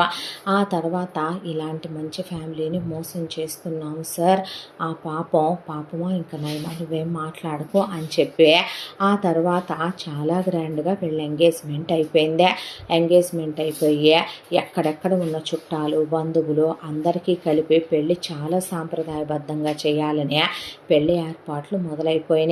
అందులో ఆ అమ్మాయితో మెహందీ, ఆ మెహందీలో తన పేరు రాయించి బంధువుల పిల్లలు ఉంటారుగా, చుట్టాల పిల్లలు కనుక్కోమని చేతులు చూపించడం, చేతుల మీద ముద్దు పెట్టుకోవా అన్నయ్య అని అడగటం, లవ్ మ్యారేజ్ అన్నావు అని చెప్పడం, హల్దీలో ఆ అమ్మాయికి తను హల్దీ రాయడం, ఆ అమ్మాయిని పట్టుకొని లాగటం, సంగీత్లో ఆ అమ్మాయిని అంతకుముందు ఇప్పుడు ఏ మగాడి స్పర్శ ఆ అమ్మాయి ఎరగదో ఆ అమ్మాయిని కౌగిలించుకోవటం, చుట్టూ తిప్పటం, తను మాత్రం మ్యారేజ్ ప్రతి రిచువల్ని కూడా చాలా ఎంజాయ్ చేస్తున్నాడు. తను చాలా హ్యాపీగా ఫీల్ అవుతున్నాడు. ఇదేదో సరదాగా ఉందన్నట్టుంది ఏంటో ఈ నెవారం అనే ఆ అమ్మాయి అనుకుంటూ బెరుకుగా భయపడుతున్నా తను చాలా ఫ్రీగా ఉంటూ, ఆ తర్వాత పెళ్ళిలో ప్రతిదానికి అర్థం చెప్పి చేయమనమని, పెళ్ళి చాలా సాంప్రదాయంగా చేయమనమని వాళ్ళు వేద పండితుల గుంపునే పిలిపించారు.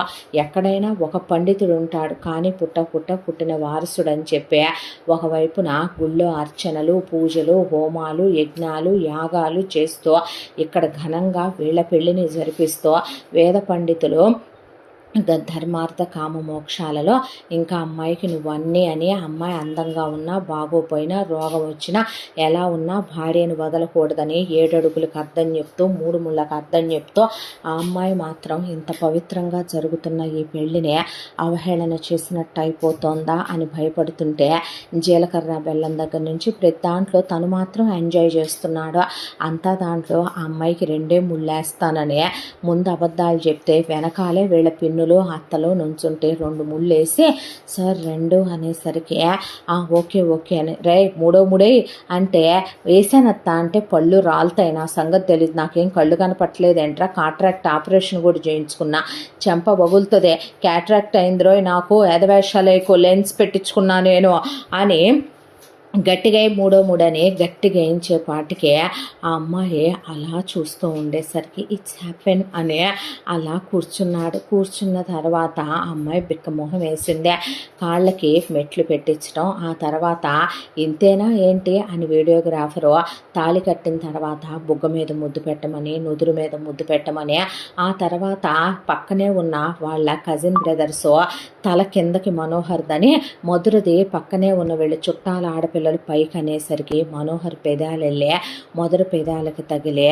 లిక్కిస్ అయ్యేసరికి ఆ అమ్మాయి అలా బిక్క చచ్చిపోయి చూస్తుండే. ఐఎమ్ సారీ అనుకోకుండా అన్ఎక్స్పెక్టెడ్లీ అనేసరికి ఆ అమ్మాయి అలా చూస్తూ కూర్చుంది.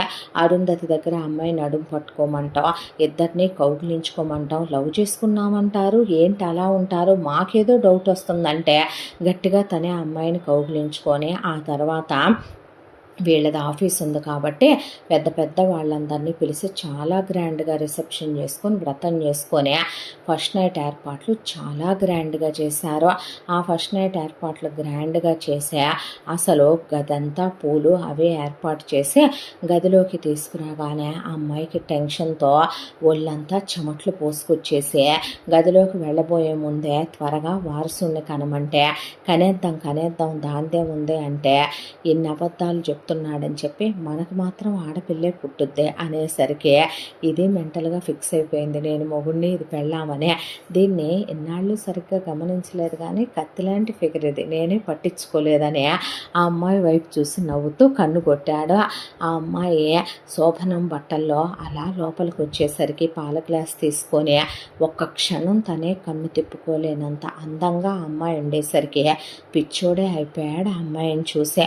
ఆ తర్వాత లోపలికి వచ్చి రాగానే పాల గ్లాస్ తీసుకొని పక్కన పెట్టే ఆ అమ్మాయిని గట్టిగా హక్ చేసుకొని ఐ లవ్ యూ అని చెప్పి ఆ అమ్మాయికి నుదురు మీద ముద్దు పెట్టి బుగ్గ మీద ముద్దు పెట్టేసరికి ఏంటిదంతా ఏం చేస్తున్నావు అనేసరికి అన్నాక ఏమే ఇంకా మీరు బయటికి వెళ్తే నేను మిగతా స్టార్ట్ చేసుకుంటానంటే చూసేసావా అన్నయ్య అనేసరికి అన్నయ్యనే మరీ అంత చూడకూడదే మీరు అని వీళ్ళని చెవులు పట్టుకొని బయటికి పంపి మళ్ళీ బాత్రూమ్ కట్టెల వెనకాల ఓసారి అన్నీ చెక్ చేసుకొని ఎందుకు అనేసరికి ఉఫ్ అనే ఆ అమ్మాయి అలా కూర్చొని ఉండేసరికి ఆ అమ్మాయిని ఒక మాట చెప్పనా నేను నీకు అంటే ఏంటి సార్ అనేసరికి చాలా అందంగా ఉన్నావు నువ్వు అని అనేసరికి అవునా అనే నీరసంగా ఉన్న అమ్మాయి మొహం ఏం తెలియలేదా అని తనే అక్కడ నీకో విషయం తెలుసా అని ఏంటి సార్ అంటే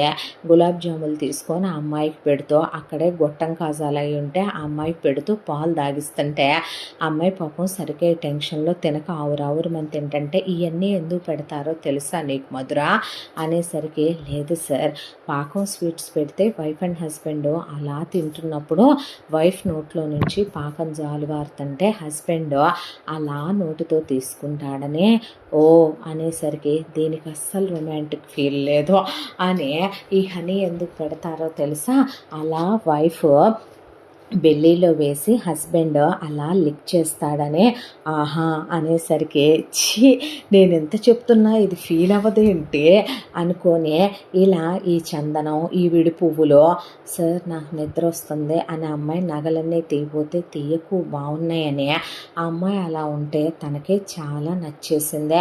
సరే సార్ పడుకుంటానని ఆ అమ్మాయి అలా ముడుచుకొని పడుకోవటం ఆ అమ్మాయికి దుప్పటి కప్పి ఏసీ వేశాడు. కానీ కొత్తగా ఉంది ఆ అమ్మాయి పాదాలకు పెట్టిన మెట్టెలు, పట్టీలు, ఆ అమ్మాయికి పెట్టిన నడుం గొలుసు, వడ్డాణం, ఒళ్ళంతా వేసిన నగలు, అలా బొగ్గన చుక్క చాలా ముద్దుగా తన పక్కన అమ్మాయి పడుకోవటం తనకేదో తెలియని కొత్తగా అనిపించిందే. ఆ తర్వాత నెక్స్ట్ డే వీళ్ళు లేచాక ఆ అమ్మాయి కన్నవాళ్ళు లేరు కాబట్టి ఇక్కడే ఒక వారం రోజులు ఇలాగే వీళ్ళిద్దరి మధ్య టైం స్పెండ్ చేశాక హనీమూన్కి వెళ్ళండిరా అని ఇంట్లో వాళ్ళంతా అనేసరికి హనీమూనా అనే అమ్మాయి అంటే పర్లేదులే మధుర, నువ్వు వెళ్ళాలనుకొని ఎప్పుడూ వెళ్ళని ప్లేస్ ఏదైనా ఉందా, చూడాలని ప్లేసు అనేసరికి ఆ అమ్మాయి స్విట్జర్లాండ్, ప్యారిస్ అనే కొన్నిటి పేర్లు చెప్పేసరికి పద వెళ్ళొద్దాం అంటే దేనికి సార్ అనేసరికి చూసొద్దాము, మనమేదో చేసుకోవాల్సిన అవసరం లేదుగా మధుర అని చెప్పి ఆ అమ్మాయిని తీసుకొని వెళ్ళి అవన్నీ చూపించి ఆ అమ్మాయితో అక్కడ చాలా రకాలుగా బంగీ జంపులని, స్కై డైవింగ్లని, పారాగ్లైడింగ్ అని అమ్మాయిని తీసుకొని అన్నీ తిప్పి అవన్నీ చూసి ఆ అమ్మాయికి బోల్డ్ అన్ని కొనిచ్చి కొన్ని తన ఫేవరెట్ ప్లేసెస్కి తీసుకెళ్ళి చాలా రకాలు తినిపించి షాపింగ్ చేయించి ఇంటికి తీసుకొచ్చాడు. ఇంటికి వచ్చిన తర్వాత ఆ రోజు తాళి మారుతామంటే కుదరలేదని అదొక వేడుకలాగా చేసి ఆ అమ్మాయికి తాళి మార్పించారు మనోహర్తో. ఆ తర్వాత ఇద్దరూ కలిసి ఆఫీస్కి వెళ్ళటం మొదలుపెట్టిన మధుర ఆ ఇంటికి కోడలు కాదు, కూతురైంది. ఆ ఇంట్లో మనోహర్ వాళ్ళ నానమ్మ, తాతయ్య అదే ఊళ్ళో ఉంటారు కాబట్టి వీళ్ళ అత్తయ్యలు, వీళ్ళ బాబాయిలు అందరి దగ్గరికి అలా వెళ్ళొస్తూ ఉంటారు. వీళ్ళింట్లోనే ఏమీ ఉండరు. 12 మంది సంతానం వీళ్ళ తాతయ్యకి. ఒక్కొక్కళ్ళింట్లో ఒక్కొక్క నెలలో ఉంటారు.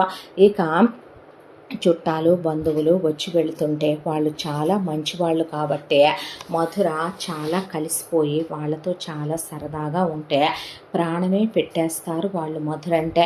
ఇక మధుర వీళ్ళ నానమ్మ, తాతయ్యని చూసుకోవటం, దానికి తోడు వీళ్ళ అమ్మ నాన్నలకి హెల్త్ బాగోదు, ఎంతైనా వయసులో పెద్దోళ్ళు కదా, వాళ్ళ హాస్పిటల్ తీసుకెళ్ళడం, చెకప్లు చేయించడం, డాక్టర్తో మాట్లాడుకోవటం, వాళ్ళకి ఇదివరకు ఇట్లా కాదని చెప్పి యోగాలు, ఎక్సర్సైజులు వాళ్ళ కోసం అని చెప్పి వాళ్ళ కంటి ఆపరేషన్లు, కాళ్ళ ఆపరేషన్లు చేయించడం, వాళ్ళ ప్రతి విషయంలో పట్టించుకోవటం, వాళ్ళ డైట్ చేంజ్ చేయటం, వాళ్ళ కోసం అని చెప్పి పక్కన ఒక మనిషిని పెట్టి ఎప్పుడు చూసుకోమంటాం, వాళ్ళకి ఎప్పటికప్పుడు తను ఫోన్ లైన్లో ఉంటాం, ఏం తిన్నారు ఏంటనేది ప్రతిదీ పట్టించుకొని చూసుకోవటం.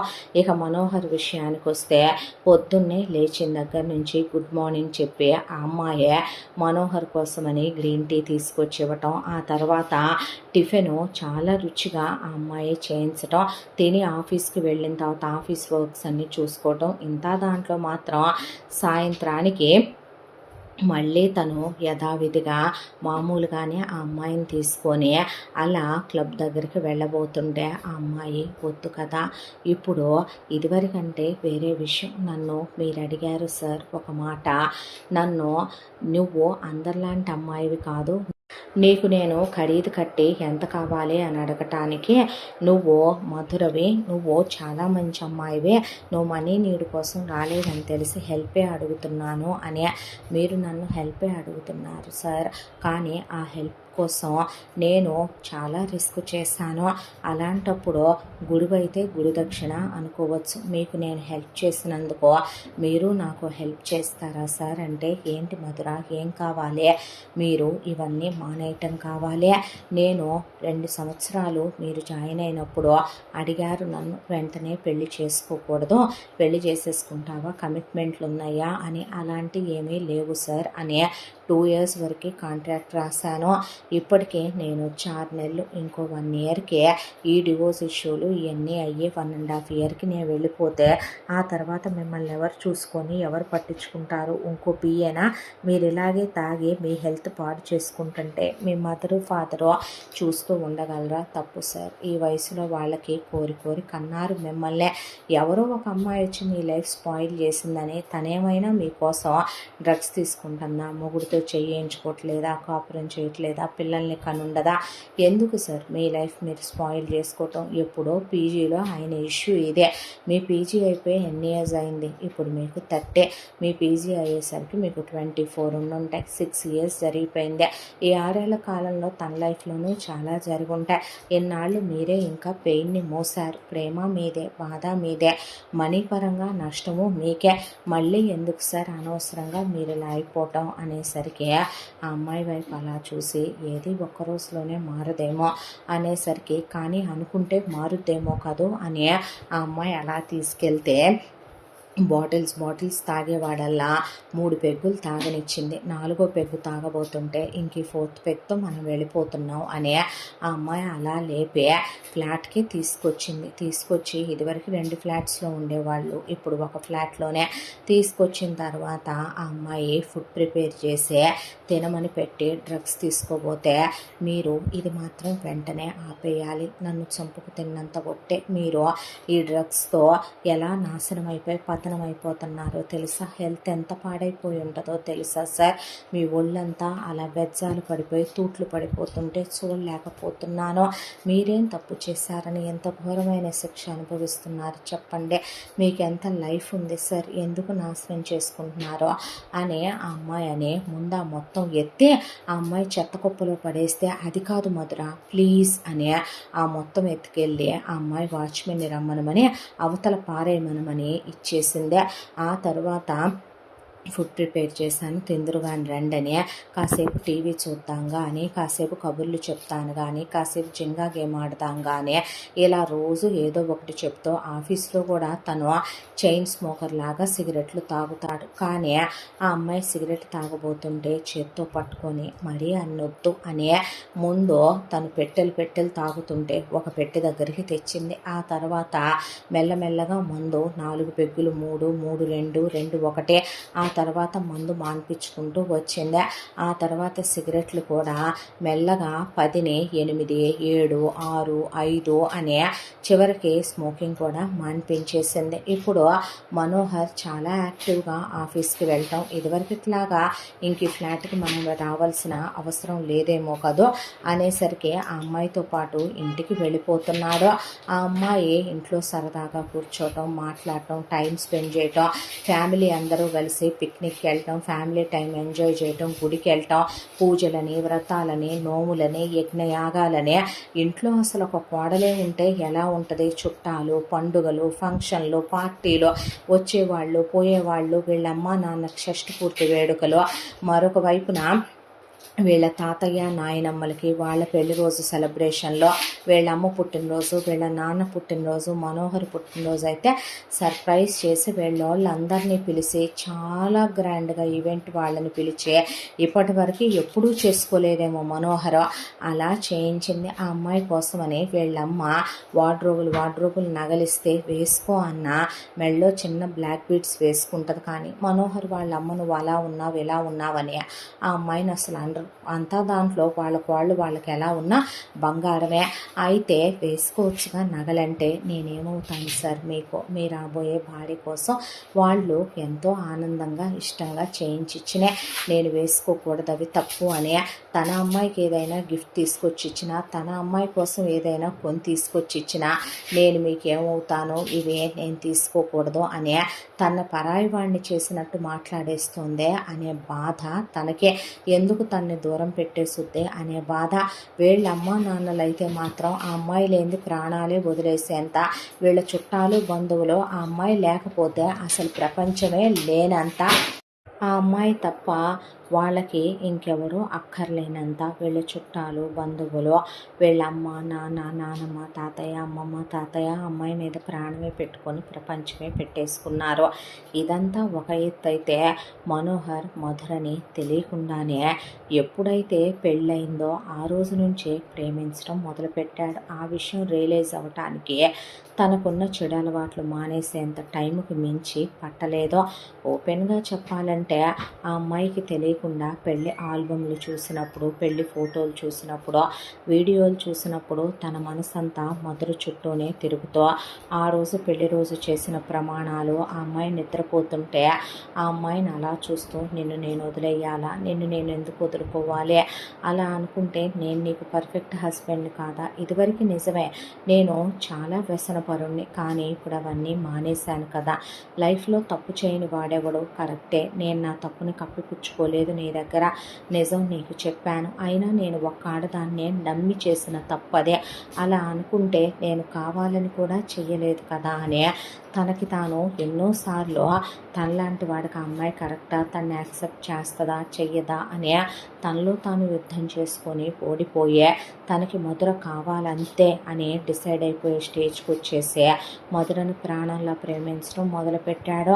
ఆ అమ్మాయికి ఆఫీస్లో ఇదివరకు పవర్స్ ఉండేవి, కానీ ఇప్పుడు తన భార్యగా ఆ అమ్మాయికి ప్రత్యేక హోదా, గౌరవం, హక్కులు, చెక్ పవర్లు అవి కాకుండా ఆ అమ్మాయిని ఒక మహారాణిలా చూసుకోవటం, తనే ఆ అమ్మాయి కోసం డైమండ్ నెక్లెస్ తీసుకొచ్చి మెడలో పెట్టడం, మంత్ యానివర్సరీ చేసుకున్నాం కదా అని చెప్పి ఏంటి సార్ ఇదంతా, వాళ్ళకి అనుమానం రాకుండానా అని ఆ అమ్మాయి అన్నా, తను మాత్రం మంత్ యానివర్సరీలను ప్లాన్ చేయటం, ఆ అమ్మాయికి సర్ప్రైజ్లు అంటాం, బయటికి తీసుకెళ్ళినప్పుడు ఆ అమ్మాయిని అందరూ పిక్నిక్కి వెళ్ళిన దగ్గర హైడ్ అండ్ సీక్ ఆడుకుందాం అన్నయ్య అంటే కావాలనే ఆ అమ్మాయిని కళ్ళకు గంతలు కట్టినప్పుడు పెదాల మీద ముద్దు పెట్టుకోవటం, నడుము మీద ఆ అమ్మాయిని గట్టిగా కౌగిలించుకొని గట్టిగా హత్తుకొని పట్టుకోవటం, ఆ తర్వాత ఆ అమ్మాయిని వీపు మీద చక్కెలి గింతలు పెట్టడం, ఆ అమ్మాయి శారీ కట్టుకుంటే ఆ అమ్మాయి నడుము చూడటం, ఆ అమ్మాయికి నోట్లో పెట్టి తినిపించటం, ఇదంతా అమ్మాయి వాళ్ళు చూస్తున్నారు కదా, బహుశా అందుకే ఇలా బిహేవ్ చేస్తున్నాడేమో అని అనుకున్నా,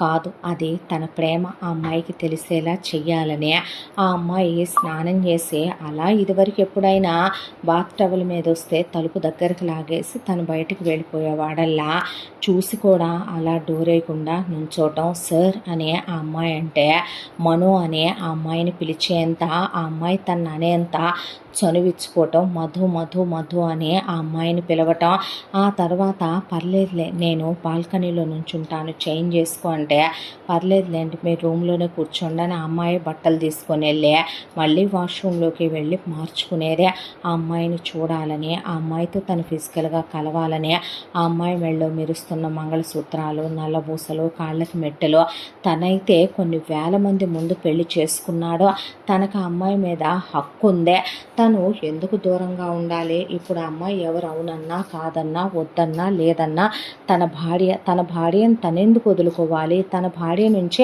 తనెందుకు దూరం అవ్వాలి, ఎంత ప్రేమిస్తున్నప్పుడు తన భార్యని తనెందుకు పంపించేసుకోవాలి అనే మదన మొదలైందే. ఇలా ఆ ప్రేమ ప్రేమ ప్రేమ పెరగటం మొదలైపోయింది. ఆ అమ్మాయి మాత్రం రేపు ఇంత మంచి ఫ్యామిలీ, ఇంతమంది చుట్టాలు, బామ్మలు, తాతయ్యలు, అత్తయ్య, మామయ్య వీళ్ళందరినీ వదిలేసి వెళ్ళిపోవటం అంటే మనోని వీళ్ళు తప్పుగా అనుకోకూడదు, మనో వీళ్ళ ముందు చెడైపోకూడదని ఆ అమ్మాయి ఆలోచిస్తూ సతమతం అయిపోతుంది. ఒక పక్కన ఇలా రోజులు గడిచిపోతూ పెళ్ళయ్యి 1 year అప్పుడే అయిపోయిందా అన్నట్టు చాలా గ్రాండ్గా ఫస్ట్ యానివర్సరీ సెలబ్రేషన్స్, అలా ఫస్ట్ యానివర్సరీ సెలబ్రేట్ చేశారో లేదో ఆ అమ్మాయి ఇంకా చెప్పేయాలేమో కదో, మీరు నేను గొడవ పడుతున్నామని, మన ఇద్దరికి సెట్ అవ్వట్లేదని మీ మీద చెప్పుకోవద్దు, నా మీదే చెప్తురు, కానీ ఏదైనా ఉంటే డివోర్స్ తీసేసుకుందాం, కానీ తీసుకున్న తర్వాత అమ్మ నాన్న మిమ్మల్ని ఏమీ అనకూడదు, వాళ్ళు బాధపడకూడదు, మీరు వాళ్ళని బాగా చూసుకోవాలని ఒకవైపు మాట్లాడుతూ ఉండగా సర్ప్రైజ్ అనే వీళ్ళ కజిన్స్ అంతా కలిసి మీకోసం ఒక స్పెషల్ ప్లేస్లో 15 days పాటు మళ్ళీ మీరు ఫస్ట్ నైట్ అప్పుడు హనీమూన్ అప్పుడు ఎలా గడిపారో అలా గడపాలని చెప్పి చాలా స్పెషల్గా అచ్చగా ఓన్లీ ఇంటిమేషన్స్ కోసమేనని చెప్పి అక్కడ చాలా స్పెషల్గా ఏర్పాటు చేస్తూ ఉంటారు. అది బుక్ చేసేసాం తెలుసా అని వీళ్ళ కోసం కార్ డెకరేట్ చేయించి లగేజ్ సర్ది పెట్టామని వీళ్ళని వెళ్ళిపోమని పంపిస్తే వాళ్ళకి ఇప్పుడు కొంత ప్రైవసీ ఏకాంతం కావాలి మాట్లాడుకోవటానికి అనే దాంతో ఆ కారుకి ఆ ప్లేస్ దగ్గరకు వచ్చారు. వచ్చేసరికి అక్కడ వెల్కమ్ అని చెప్పి ఒక అమ్మాయి వీళ్ళకి వెల్కమ్ చెప్పి లోపలికి రాగానే వీళ్ళకి బొకే ఇచ్చి రమ్మనమని ఆ అమ్మాయి కిచెన్లో మీకు కావాల్సిన ఐటమ్స్ అన్నీ ఉన్నాయి, ఫ్రిడ్జ్ నిండా అన్నీ ఉన్నాయి, మాకు కాల్ చేస్తే మేము మళ్ళీ వస్తాము అని చెప్పి ఆ అమ్మాయి పూలంతా కూడా హార్ట్ షేప్ వేసి పూలంతా రోజెస్తో డెకరేట్ చేసి బయటకు బెడ్డింగ్ వేసి ఆ తర్వాత టెర్రస్ కూడా డెకరేట్ చేస్తుందని అన్ని బెడ్రూమ్స్ డెకరేటెడ్ అని చెప్పి వాటన్నిటిలో ఇంపార్టెంట్ ఫ్లవర్స్తో డెకరేట్ చేసాము, వాడిపోని పువ్వులతో 15 డేస్ అన్నారు. ఈ 15 డేస్ మీరు హ్యాపీగా గడపచ్చు, మీకు ఏదైనా కావాలంటే ఇది నా విజిటింగ్ కార్డు, పర్సనల్గా కాల్ చేస్తే నేనే వస్తాను అని చెప్పి రోజు మాత్రం మీకు ఫుడ్డు అలాగే మీకు కావలసినవన్నీ తీసుకొచ్చి ఈ రూమ్లో పెట్టేసి వెళ్తాము. ఇక్కడ మొత్తం 22 రూమ్స్ ఉంటాయి, మీ వాళ్ళు అందులో 15 రూమ్స్ సెలెక్ట్ చేశారు. ఈరోజు ఒక రూము ఆల్రెడీ రెడీ చేశాము, రోజుకో రూము మేము వచ్చినప్పుడు రెడీ చేసి వెళ్తాము, మీరు రూమ్ షిఫ్ట్ అయిపోండి చాలు అని చెప్పి ఆ అమ్మాయి అన్నీ మాట్లాడి మిమ్మల్ని అస్సలు డిస్టర్బ్ చేయమని చెప్పి హ్యాపీ హనీమూన్ అని చెప్పి ఆ అమ్మాయి చెప్పేసి అక్కడి నుంచి కేక్ అవి కూడా అన్నీ రెడీగా ఉన్నాయి సార్ అని చెప్పి ఆ అమ్మాయి థ్యాంక్ యూ అనగానే వెళ్ళిపోయింది. ఆ తర్వాత గేట్ కూడా పాస్ లాకేనని చెప్పి వచ్చి లాక్ చేసుకోమంటే ఆ పాస్ లాక్తో క్లోజ్ చేసి వచ్చాక డోర్స్ క్లోజ్ చేసి ఆ తర్వాత పైకి వెళ్ళారు. పైకి వెళ్ళి లగేజ్ సర్దుకున్న తర్వాత అలా చూస్తే రూమ్ అంతా నిజంగా చాలా అద్భుతంగా రెడీ చేసి ఉంది. రెడీ చేసి ఉండేసరికి మంచం మీద వీళ్ళ కోసమని చాలా స్పెషల్గా ఎంబ్రాయిడరీ చేసిన బట్టలు రెడీగా పెట్టుండేసరికి ఆ అమ్మాయి అలా చూస్తూ ఉంటే నువ్వు ముందు ఫ్రెష్ అయ్యి బట్టలు మార్చుకొని రాపో అనేసరికి వెళ్ళి బట్టలు మార్చుకొని వచ్చిన తర్వాత తను కూడా ఈలోపు వేరే రూమ్లో డ్రెస్ చేంజ్ చేసుకొని వచ్చాడు. తెల్ల చీరలో చెప్పాలంటే ఆ పర్ల్స్ అవి వేసుకుని దేవకన్యలాగా ఉంది ఆ అమ్మాయి. ఆ అమ్మాయిని చూస్తూ తనను తాను తమాయించుకోలేకపోయాడు. ఆ తర్వాత ఆ అమ్మాయి సార్ అమ్మా నాన్నల్ని బాగా చూసుకోండి, ఇక్కడిక్కడికి తీసుకెళ్ళాలి, ఈ చెకప్పులు చేయించాలి, తాతయ్య గారిని బామ్మగారిని అమ్మమ్మ గారిని తాతయ్యని బాగా చూసుకోవాలి, మీరు ఈ టైంకి ఇవి తినాలని ఆ అమ్మాయి చెప్తుంటే సడన్గా మోకాళ్ళ మీద కూర్చొని రింగ్ తీసుకొని నువ్వు లేకపోతే నన్ను వదిలి వెళ్ళిపోతే నేను చచ్చిపోతానురా, ఐ లవ్ యూ అనేసరికి ఏంటిదంతా అంటే నిజం మధుర, నువ్వు చెప్పేంత వరకు నిజంగానే నాకు జీవితం విలువ తెలియలేదు. మన పెళ్ళి చాలా పవిత్రంగా జరిగింది, అన్ని వేల మందిలో జరిగింది, నేను నీ భర్తను కాదా చెప్పు, నీ మెళ్ళో మెరుస్తున్న ఆ తాళి, నల్లబూసలు, కాళ్ళకున్న మెట్టెలు, ఈ రోజు వరకు కూడా మన మధ్య ఉన్న ప్రేమ, అనురాగం, స్నేహం ఇవన్నీ తోసిపుచ్చేసేలాంటివా, అబద్ధాలు చెప్పుకొని విడాకులు తీసుకొని విడిపోయేలాంటివా, రేపైనా సరే మీ అమ్మా నాన్న నిన్నెవరో ఒకళ్ళకిచ్చి చెయ్యాలి కదా, నిజమే నేను తప్పులే చేశాను, కానీ ఒక ఆడదాన్ని నమ్మి దాంతోనే 6 ఏళ్ళు తప్పు చేశాను, ఆ తర్వాత మళ్ళీ నేను మరొక ఆడదాన్ని తాకలేదు, నువ్వే నన్ను మనిషివి చేసావు, నువ్వే నన్ను మామూలుగా మార్చుకున్నావు, నా అలవాట్లన్నీ ఈరోజు నేను మానేశాను, అమ్మ నాన్నలు అంత హ్యాపీగా ఉంటున్నారు, ఫ్యామిలీ అంత సంతోషంగా ఉంది, అలాంటిది నువ్వు వెళ్ళిపోతే ఇల్లులా ఉండదు, నేను ప్రాణాలతో ఉండను, ప్లీజ్ రా, ఐ లవ్ యూ, నేను నిన్ను వదిలి బ్రతకలేను, మనకి లీగల్గా కూడా పెళ్ళయిందే, మన పెళ్ళి రిజిస్టర్ కూడా చేయించాడు నాన్న,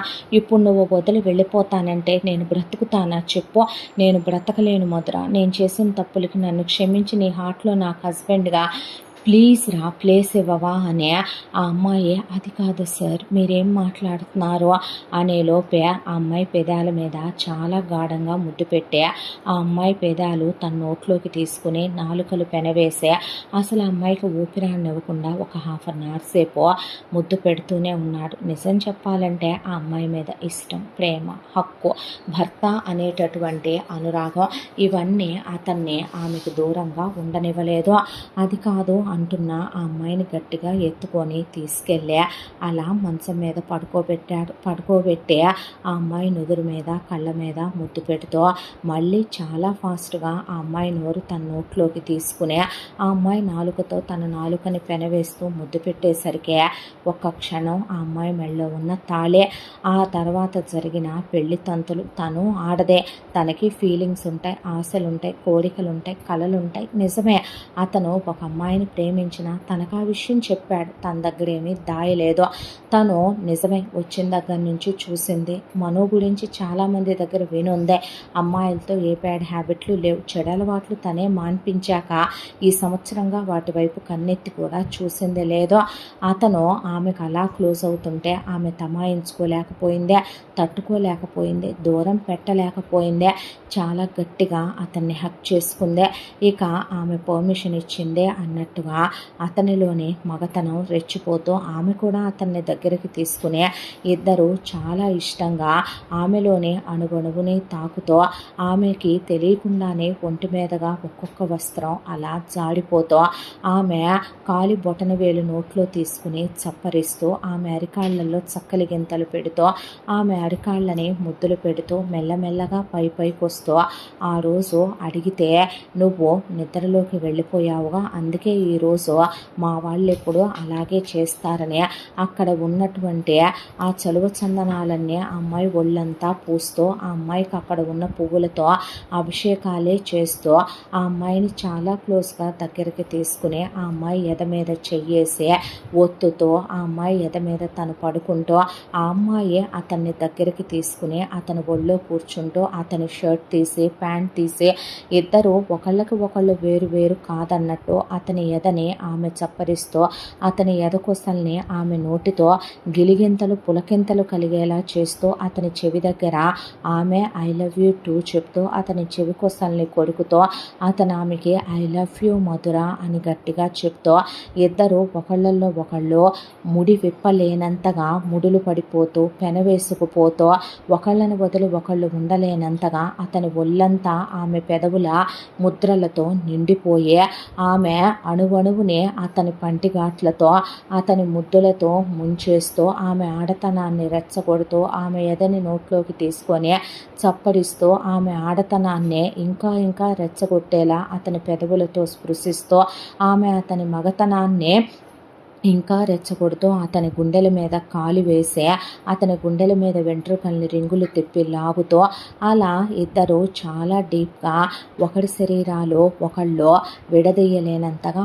అతుక్కుపోతూ వేడితో శరీరాలు రెండు కాలిపోతూ ఆమె అందాన్ని అతను కవయ్యి పొగుడుతూ ఆమె నడువుని గట్టిగా పట్టుకుని ఆమె అణువణువుని తాకుతూ అతను అసలు ఆమెలోని ఆడతనాన్ని అంతగా నిజంగా అతను ఇష్టపడుతున్నాడా, అతను ప్రేమిస్తున్నాడా అన్నంత తమకంలో ఆమెను ముంచేస్తూ పొగడ్తలతో ఆమెని ముంచేస్తూ ఆమెని పొగుడుతూ ఆమె అతని మగతనాన్ని చూసే నువ్వెంత అందంగా ఉన్నావో తెలుసా అని అతన్ని గట్టిగా హత్తుకొని కౌగిలించుకొని ఇద్దరు అలా పగలు రాత్రి తేడా తెలియకుండా ఆ రోజంతా క్లోజే అలిసిపోయి పడుకున్నారు.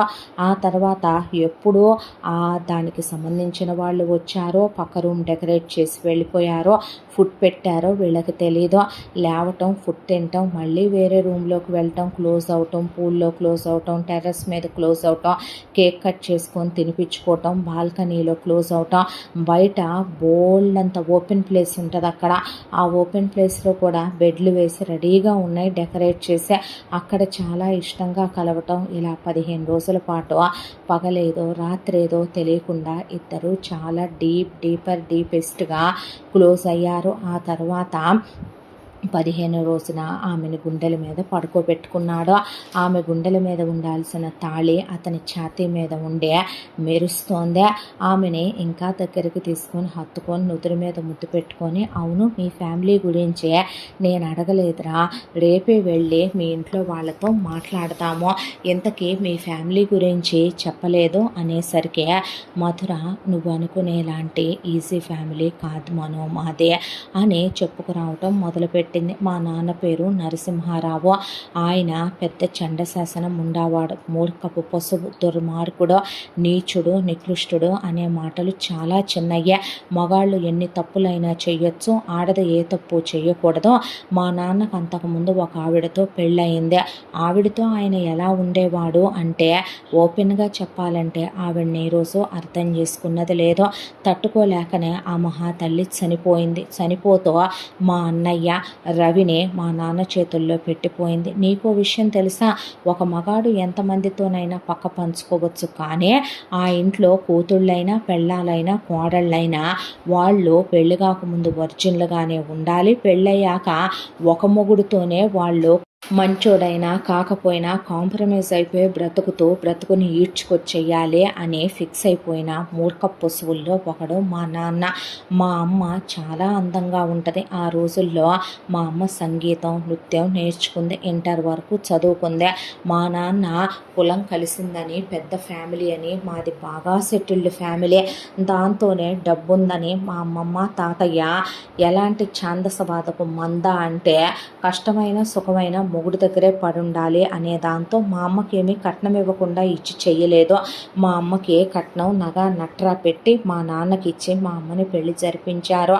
మా అమ్మ రాగానే అన్నయ్యని తన సొంత కొడుకులా చూసిందే. నెలల పిల్లాడే మా అన్నయ్య. ఆ తర్వాత మా అమ్మకి వెంటనే పిల్లలు పుట్టలేదు. మా అన్నయ్యకి బాగా ఏజ్ వచ్చిన తర్వాత నేను పుట్టాను. నేను పుట్టిన తర్వాత మా అమ్మ నన్ను చాలా ప్రేమగా పెంచేది, కానీ మా నాన్న నన్ను చాలా రిస్ట్రిక్టెడ్గా, ఓపెన్గా చెప్పాలంటే కనుక పంజరంలో చిలకలాగా నన్ను చాలా అంటే చాలా, నీకు ఎలా చెప్పాలి, వంచిన తల ఎత్తకూడదు, పళ్ళు కనపడేలా నవ్వకూడదు, కళ్ళు పైకెత్తి చూడకూడదు, ఇలా చాలా దౌర్జన్యాలు దుర్మార్గాల మధ్య పెంచుకొచ్చాడు. కాలచక్ర ప్రవాహంలో మా అన్నయ్య మా నాన్నలానే తయారయ్యాడు. మా అమ్మ వంటింటికి పరిమితం అయిపోయి మా అమ్మని కొట్టడం తిట్టడం, సెక్షువల్ హెరాస్మెంట్, నానా బూతులు అంటాం. మా అమ్మ ఒంట్లో ఎముకలన్నీ విరిగిపోయినాయేమోనో, అన్నీ కట్లు కట్టించుకురావటం, నన్ను చావు బాధేసేవాళ్ళు నాన్న అన్నయ్య కారణం లేకుండా. ఆ తర్వాత నేను తెగించే అడిగిందల్లా ఒక్కటే, అది కూడా చదువుకుంటాను అనే. మా అమ్మమ్మ తాతయ్య ఉండేసరికి వాళ్ళనే అడిగితే వాళ్ళే చదివిస్తామని చెప్పి మా నాన్న కాళ్ళు పట్టుకున్నారు. దాంతోనే ఒప్పుకున్నాడు. ఈలోపు మా అన్నయ్యకి ఒక 6 years బ్యాక్ మ్యారేజ్ అయ్యిందే. మా అన్నయ్యకి మ్యారేజ్ అయిన తర్వాత మా వదిన వచ్చిందే. ఎప్పుడైతే మా వదిన ఇంట్లోకి అడుగు పెట్టిందో జీవితాల్లో మార్పులు వస్తాయంట ఇంకొక ఆడదొస్తే, కానీ అలాంటిదే చాలా నీచమైనటువంటి వ్యక్తి మా వదిన. మా అన్నయ్య ఎవరిని లవ్ చేయలేదు తెలుసా నీకు, ఎందుకంటే లవ్ చేస్తే ఆ అమ్మాయిలు వర్జిన్లు అయి ఉండరని, చాలామంది బాయ్ ఫ్రెండ్లతో బెడ్లు షేర్ చేసుకొని ఉంటారని, మా నాన్న అయితే పరపరాగ సంపర్కం ఎరగని పువ్వుని తీసుకొస్తాడని, మా వదిన మా నాన్నకి స్నేహితుడు ప్లస్ చుట్టాలు అయ్యేటువంటి ఒక ఆయన కూతురు కాబట్టి మా వదిన్ని పెళ్లి చేసుకున్నాడు. వెంటనే ఇద్దరిని కనేసింది మా వదిన.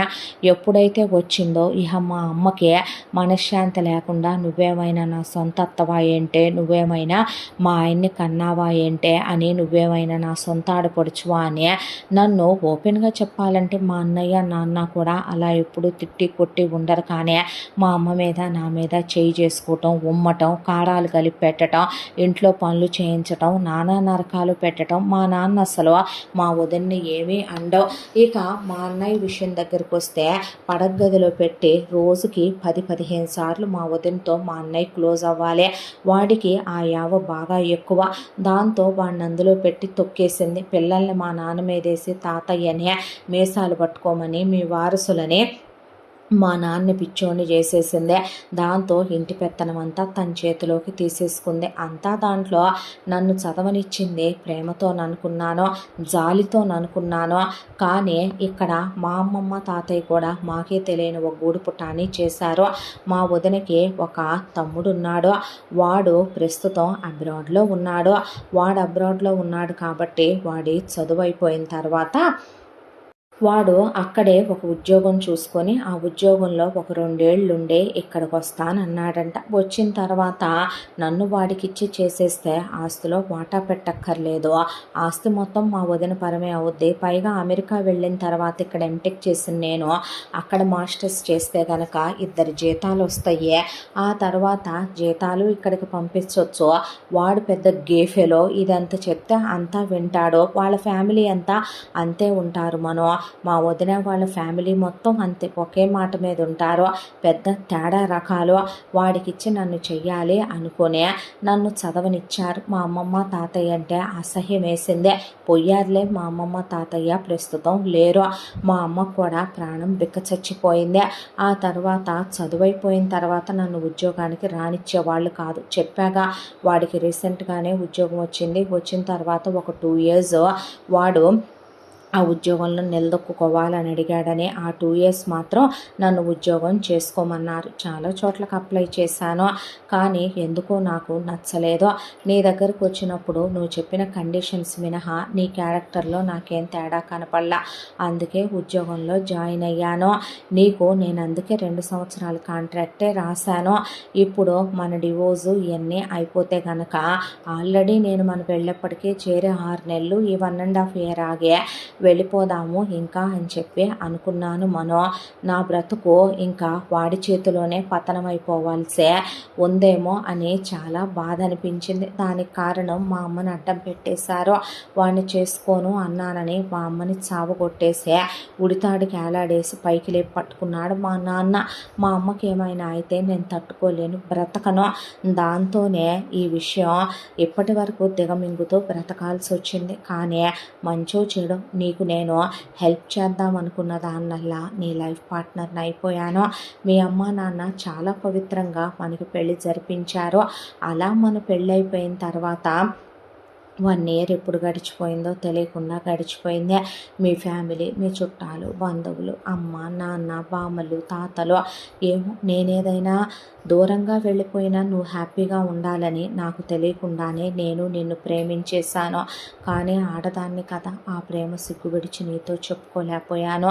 నువ్వు దగ్గరికి తీసుకునేసరికి నీ మీద నాకు, నా మీద నీకు హక్కు ఉంది, తాళి బంధం ఉంది. దాంతోనే దూరం పెట్టలేక క్లోజ్ అయ్యాను. ఐ లవ్ యూ మనో అనేసరికి ఆ అమ్మాయిని గట్టిగా దగ్గరికి తీసుకొని, నువ్వేం టెన్షన్ పడకో, మనం వెళ్ళే విషయం మీ నాన్నతో మాట్లాడదాం, ఆ తర్వాత మా అమ్మని తెచ్చేసుకుందాం మనో అనేసరికి, అలాగే తెచ్చుకుందాం, మా అమ్మ నాన్న గురించి నీకు తెలుసుగా, తీసుకొచ్చి మన ఇంట్లో ఉంచుకుందాం అన్నాక హ్యాపీగా గడిపి ఇంటికి వెళ్ళారు. ఇంటికి వెళ్ళిన తర్వాత నెక్స్ట్ డే వెళదామని చెప్పి ఆ రోజు రాత్రి కూడా ఫిజికల్గా క్లోజ్ అయ్యి ఆ అమ్మాయిని గుండెల మీద పడుకోబెట్టుకొని మనో అలా పడుకున్నా నిద్ర పట్టలేదు మధురకే.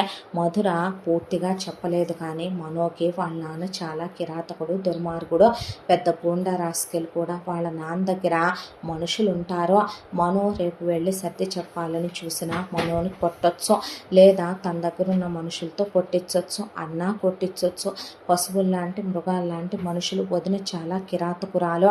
అలాంటి చోటికి మొగుడిని తీసుకెళ్ళి అవమానించలేదు. ఎందుకంటే వీళ్ళ నాన్న మాస్ మనిషే, వీళ్ళ భర్త క్లాస్ అబ్బాయి, చాలా ఎడ్యుకేటెడ్ ఫ్యామిలీ, డిగ్నిఫైడ్ ఫ్యామిలీ, డబ్బున్న ఫ్యామిలీ.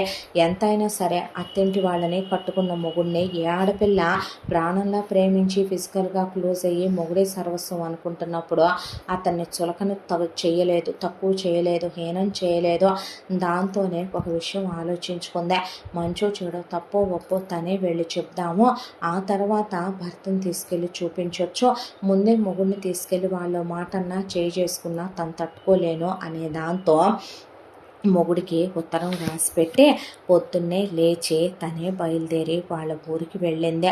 మనో నిద్ర లేచేసరికి అలా లెటర్ ఉంది, మనో నువ్వు టెన్షన్ పడకు, మా నాన్న కొంచెం తేడా మనిషే, నీ మీద చేసుకుంటే నేను చూసి తట్టుకోలేను, అందుకే నేనే వెళ్ళి వాళ్ళకి విషయం చెప్పి ఒప్పిస్తాను, ఆ తర్వాత మన ఫ్యామిలీలు కలిస్తే బాగుంటుందని వెళ్తున్నాను, టెన్షన్ పడకు, నేను ఈవినింగ్ కల్లా నీకు కాల్ చేస్తాను అని చెప్పి అమ్మాయి చెప్పిన ఎందుకో మనో మనసు కీడు శంకించిందే. దాంతోనే ముందు ఫ్రెష్ అయ్యే లెటర్ తీసుకొని కిందకొచ్చాడు. వాళ్ళ చుట్టాలు, బంధువులు అందరూ ఉండేది ఆ ఊర్లోనే. వాళ్ళ అమ్మ నాన్న, తాతయ్య, నానమ్మ ఉన్నారు. ఉంటే ఎందుకు దాయటం అని చెప్పి వాళ్ళ ఫ్యామిలీ ఏవి చెప్పొచ్చో ఏవి చెప్పకూడదో అనేది కూడా లిమిటేషన్స్ తెలిసిన ఫ్యామిలీ. దాంతో వాళ్ళ అమ్మ నాన్న గదిలోకి తీసుకెళ్ళి జరిగింది మొత్తం ఒక్కటి కూడా దాచకుండా పూసకొచ్చినట్టు మొత్తం చెప్పాడు. చెప్పేసరికి వాళ్ళు ఒక ఫోన్ కాల్ మొత్తం వాళ్ళ చుట్టాలందరూ 5 నిమిషాల ప్రకారం వీళ్ళ ఇంటి దగ్గర ఉన్నారు. ఉండేసరికి వాళ్ళకి ఇందులో అవసరమైన విషయాల వరకు చెప్పి అనవసరమైన కట్ చేసి చెప్పారు. వీళ్ళ అమ్మ నాన్న ఇమీడియట్గా బయలుదేరి వెళ్దాం, నాకు టెన్షన్గా ఉంది, అక్కడ దాకా వెళ్ళిన తర్వాత తన్నేమైనా అంటారేమోనని, తన్నే చేయి చేసుకుంటారేమోనని టెన్షన్ పడుతున్నానంటే పదరా వెళ్దామని అందరూ బయలుదేరారు. ఇలా వీళ్ళు వెళ్ళటానికి ఒక 3 గంటల ముందే వాళ్ళ ఇంటికి చేరుకుంది మధుర. చేరుకోగానే ఎదురుగా వాళ్ళ వదిన వచ్చే, అమ్మయ్య వచ్చావా, మా తమ్ముడిది కూడా చదువు అయిపోయి ఉద్యోగం కూడా అయిపోయి 2 ఏళ్ళు అయిందిగా చేరి వచ్చేస్తున్నాడంట, ఇంకా నువ్వు ఉద్యోగాలు సద్యోగాలు మానే పెళ్లి చేసుకుందువు కానీ వెళ్ళంగానే అక్కడ మాస్టర్స్లో చేరి ఎమ్మటి కడుపులు పిల్లలని పెట్టుకో మాకు, నేను ఎప్పుడు కనమంటే అప్పుడు కనాలి నువ్వు పిల్లలని చెప్పి మాట్లాడుతూ ఉండగానే వాళ్ళ అమ్మ లోపల నుంచి వస్తే క్షీణించిపోయి ఎముకలు గూడైపోయి ఆవిడ అసలు మనిషిలాగా లేదు, పీక్కొని వెళ్ళిపోయింది మనిషి. దాంతో ఆ అమ్మాయి కళ్ళల్లో నీళ్లు తిరిగిపోయినాయి. వాళ్ళ అమ్మని చూస్తే ఈలోపు నేనే మీతో ఓ విషయం చెప్తామని వచ్చానని మెళ్ళో నుంచి తాళి నల్లబోసలు బయటికి తీసేసరికి ఏం చేశావే బజారుదానా అని చెప్పి వీళ్ళ వదిన వామ్మో వాయ్యో అనేసరికి నేను ఇలా ఆఫీస్లో జాయిన్ అయ్యాను, ఆయన నన్ను ఇష్టపడ్డారు, పెళ్ళి అయిపోయింది, కాపురాలు కూడా అయిపోయినాయి మా మధ్య అని చెప్పి ఆ అమ్మాయి వాళ్ళ ఆస్తిపాస్తులకు ఆశపడే మనుషులు కాదు అని చెప్పబోయేలోపే చూసావా మామయ్య, నీ పరువు తీసేసింది ఇది, బజార్ది, ఎవరితోనో ముందే కులికి నీ కూతురు వాడితో ఎన్ని కడుపులు తీయించుకుందో, ఎన్నాళ్ళుగా చెడతిరుగుతుందో, అసలు వాడు దీనికి బాస్గానే తెలుసో, దీని బీటెక్లో ఎంటెక్లోనో తెలుసో, వాడు ఇది ఉంపుడు గత్తి కామాలా, ఇది ఉంచుకున్నవాడు కామాలా, ఓరినాయనో ఓరి దేవుడో అని చెప్పి రెచ్చగొట్టేసింది మధుర వాళ్ళ నాన్నని. దాంతో విచక్షణ లేకుండా మధుర వాళ్ళ నాన్న అమ్మాయినే పిచ్చిగా కొడితే వాళ్ళ అన్నయ్య కూడా ఇంకో చెయ్యేసి నేను తక్కువ కాదని వాళ్ళమ్మ లాగేస్తుంటే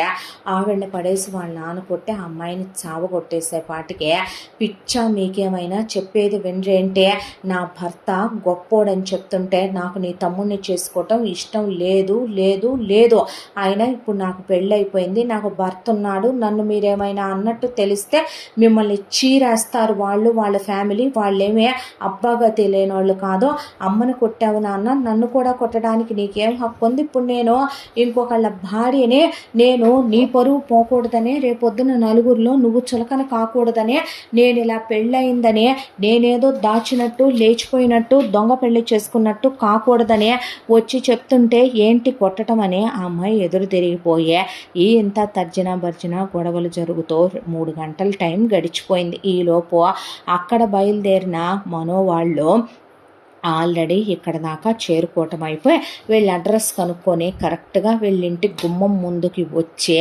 అలా నుంచున్నారో లేదో, ఎంత ధైర్యమే నీకు, బరితెగిచ్చి మాట్లాడతావా బజార్దానా, ముందా తాళి తెంచి నిన్ను నా తమ్ముడికిచ్చి చేసే మళ్ళీ నువ్వు తిరిగి నీ మొగుడు దగ్గరికి వెళ్తావంటే నా మొగుడితో నీకు మళ్ళీ శోభనం చేయించి నీ మదం అడిగేలా చెయ్యకపోతే నువ్వు చూస్తావు నేనంటే ఏంటో అని అమ్మాయి తాళి పట్టుకుంటే ఆ అమ్మాయి ఎదురు తిరిగిపోయింది.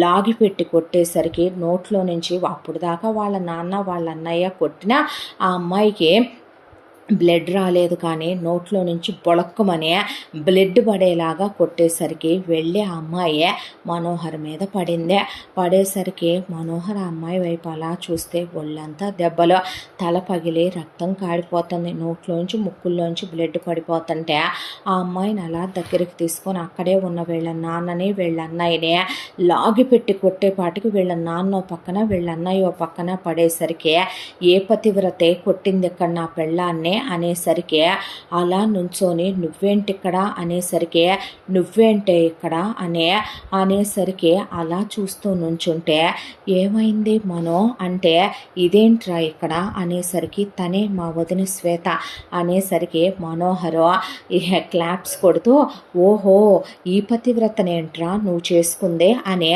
శ్వేతని తుక్కు కిందే కొట్టాడు మనో. కొట్టేసరికి నా పెళ్ళాన్ని కొట్టడానికి నువ్వెవడు మొగడవని రవి అనేసరికి, పెళ్ళామా, ఇది పెద్ద పతివ్రత అనుకుంటున్నావా, మీ ఇంట్లో మగాళ్ళు సీల్ పీసులను తప్ప వాడరంట కదరా, మరి అలాంటిదే ఛీ, దీని గురించి చెప్పాలన్నా అసహ్యం వేస్తుంది. ఇది ఇప్పుడు వరుసలో నాకు సిస్టర్ అవుద్ది కదో.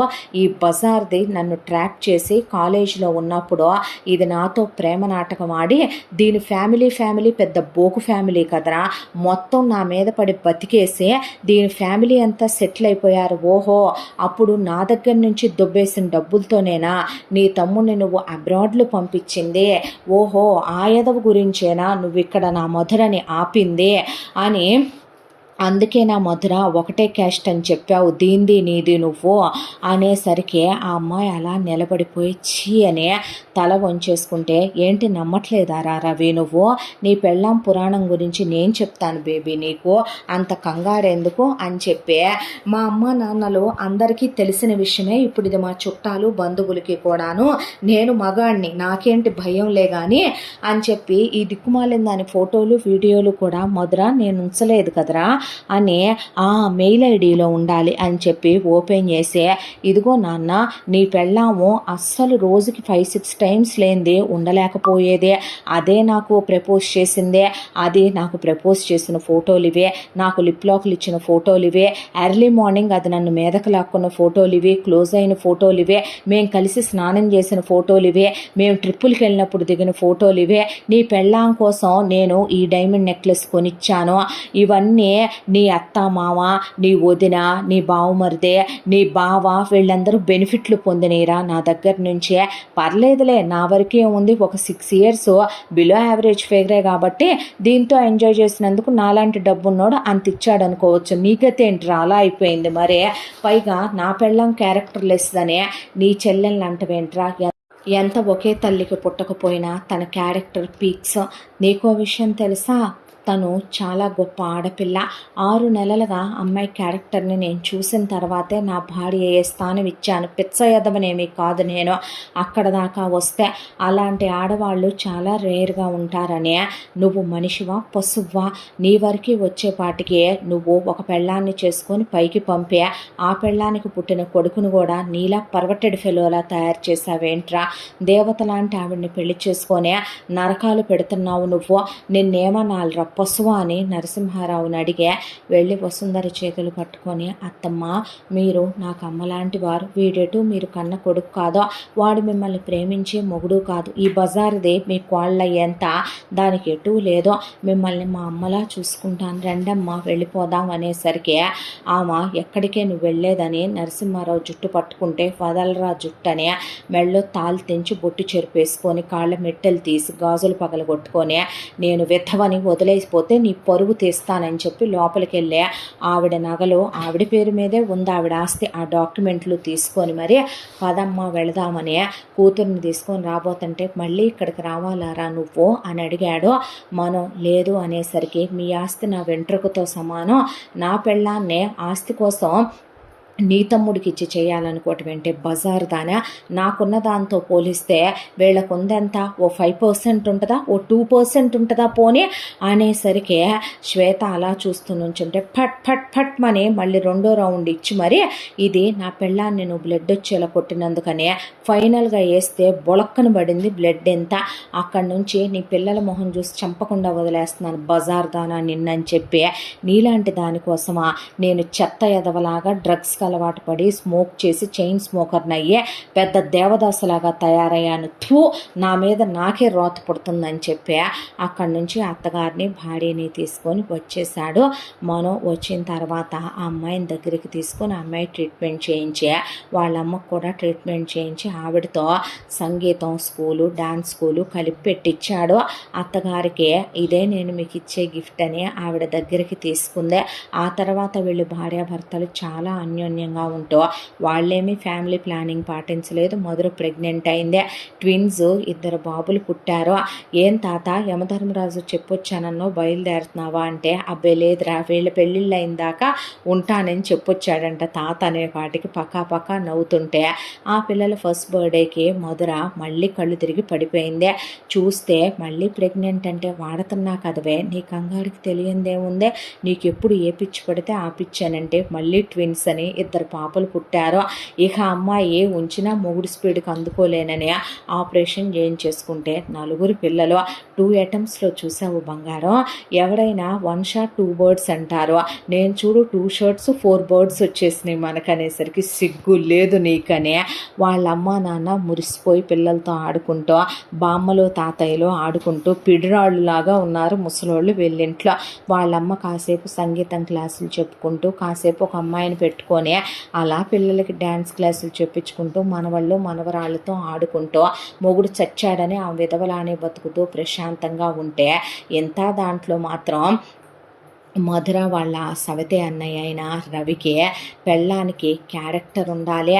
తను మోసం చేసిందని పెళ్ళికి ముందే 6 ఏళ్ళు మనోహర్తో ఫిజికల్గా క్లోజ్ అయ్యి ఆ విషయం చెప్పకుండా మోసం చేసి తన్ని చేసుకుందని 6 సంవత్సరాలు వాడితో రోజుకి ఎన్నిసార్లు కలిసేదానివి, వాడిని ఎన్నిసార్లు మీదకు లాక్కున్నావు, ఎన్నిసార్లు వాడితో ఫిజికల్ అయ్యావు, ఎన్ని కడుపులు వచ్చినాయి నీకు, అసలు ఈ పుట్టిన పిల్లలు నాకు పుట్టారా వాడికి పుట్టారా, వావి వరసలు లేని బజార్ దానా, వావి వరసలు లేనిదానా, నీతి జాతి లేనిదానా, డబ్బు కోసమే నన్ను చేసుకున్నావు కదవే అని చెప్పి అసలు ఒక రకంగా శ్వేతని హౌస్ అరెస్ట్ చేసేసి, శ్వేతకు అంతకుముందు చాలా ఫ్రీడమ్, చాలా పెత్తనం, చాలా నోరు, చాలా లగ్జరీలు ఉండేయల్లా ఈ ఒక ఫంక్షన్కి వెళ్ళకూడదు, పేరెంటానికి వెళ్ళకూడదు, ఒక గుడికి వెళ్ళకూడదు, అసలు ఇంట్లోనే వాళ్ళ నాన్నని కాపలా పెట్టి ఒక గదిలో పెట్టి గది లాక్ చేసుకొని వెళ్ళి రాగానే మంచం కింద బీరువాల వెనక బాత్రూంలో చూసుకుని ఫోన్ కూడా దగ్గర లేకుండా వాళ్ళ ఫ్యామిలీ వచ్చి ఇష్టం వచ్చినట్టు మాట్లాడితే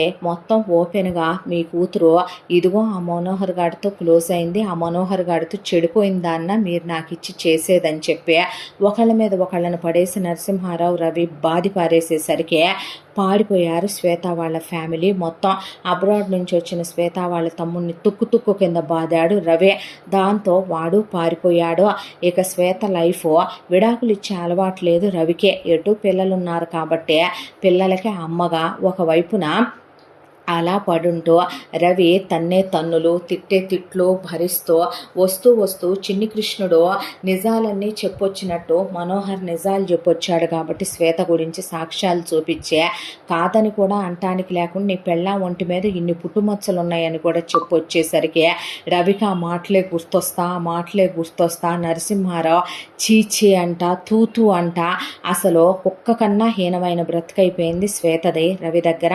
ఏ డబ్బుల కోసం అయితే ఆశపడే అత్యాశతో ఒక అబ్బాయి అమాయకంగా కనపడ్డాడని కాలేజీలో మోసం చేసి ఫిజికల్గా అబ్బాయితో క్లోజ్ అయ్యి కోరికలు తీర్చుకొని ఫినాన్షియల్గా తన ఫ్యామిలీని బాగు చేసుకొని తను బెనిఫిట్స్ పొందే మళ్ళీ తీరా ఇక్కడ దాకా వచ్చేపాటికి రవి దగ్గర డబ్బులు ఉన్నాయి కాబట్టి రవిని పెళ్లి చేసుకొని ఎటు సవితత్త గారు కాబట్టి వసుంధరని నరకాలు పెట్టి నరసింహారావుని గ్రిప్పులో పెట్టుకొని పిల్లల్ని కని మరొక వైపున మధురని సవతి ఆడబిడ్డ కాబట్టి మధురని టార్చర్లు పెట్టేసి తన తమ్ముడికి ఇచ్చి చేసేసి ఆ అమ్మాయి లైఫ్ అంతా డిసైడ్ చేసి అక్కడికి వెళ్ళాక ఎప్పుడు పిల్లల్ని కనాలో అక్కడి నుంచి కూడా జీతాలు పంపాలి, ఎంత డబ్బు చాలు తన్నందుకు. ఇవాళ డబ్బు ఉందే, నగలున్నాయి, వేసుకునే రాతే లేదు, వేసుకున్న ఊడుకునే పరిస్థితుల్లో రవి లేడు.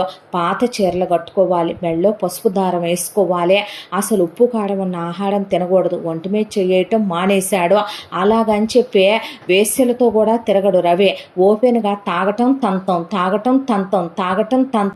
ఇది మాత్రమే పనిగా పెట్టుకునేసరికి అటు మొగుడిని వదిలిపెట్టడం లేదు, పిల్లల్ని వదిలిపెట్టడం లేదు, అమ్మా నాన్నల దగ్గరికి వెళ్ళిపోవడం లేదు, వెళ్తే చూసే బిసాదో వాళ్ళకే లేదు. దాంతో చచ్చినట్టు ఇలా లైఫ్ లీడ్ చేసుకుంటూ ఇలా జీవితాన్ని గడుపుకుంటూ రావటం తప్ప వేరే ఆప్షన్ లేకుండా పోయింది శ్వేతకే. ఎవరు చేసుకున్నంత కర్మ వాళ్ళు అనుభవిస్తూ ఇలా శ్వేత లైఫ్ ఉంటే చిన్నప్పటి నుంచి కష్టాలు బాధలు పడి ఉండటానో ఏమో. మనోహర్ లాంటి ఒక మంచి అబ్బాయి మధుర లైఫ్లోకి వెళ్ళాడు. మధుర లాంటి ఒక అమ్మాయి రావటంతోనే శ్వేత లాంటి ఒక అమ్మాయి చేసిన మోసంలో నుంచే బయటపడి తన జీవితాన్ని మళ్ళీ కొత్తగా మొదలుపెట్టి తనకన్నా అమ్మా నాన్నలకి దిగులు బాధ మిగల్చకుండా వాళ్ళకి మనవళ్ళు మనవరాళ్ళని బహుమతిగా ఇచ్చే తన జీవితాన్ని అందంగా పండించుకున్నాడు మనోహర్. ఇంతటితో ఈ కథ పూర్తి. మళ్ళీ మరొక మంచి కథతో కలుసుకుందాం. తప్పకుండా మన ఛానల్ని లైక్ చేయండి, షేర్ చేయండి, సబ్స్క్రైబ్ చేయండి, బెల్ ఐకాన్ క్లిక్ చేసి ఆల్ అనే బటన్ని ప్రెస్ చేయడం మర్చిపోకండి. ఎంత మంచి కథను మనకు అందించిన కథ రచయిత్రి సాయి లలిత గారు. మరో మంచి కథతో కలుసుకుందాం. Thank you so much.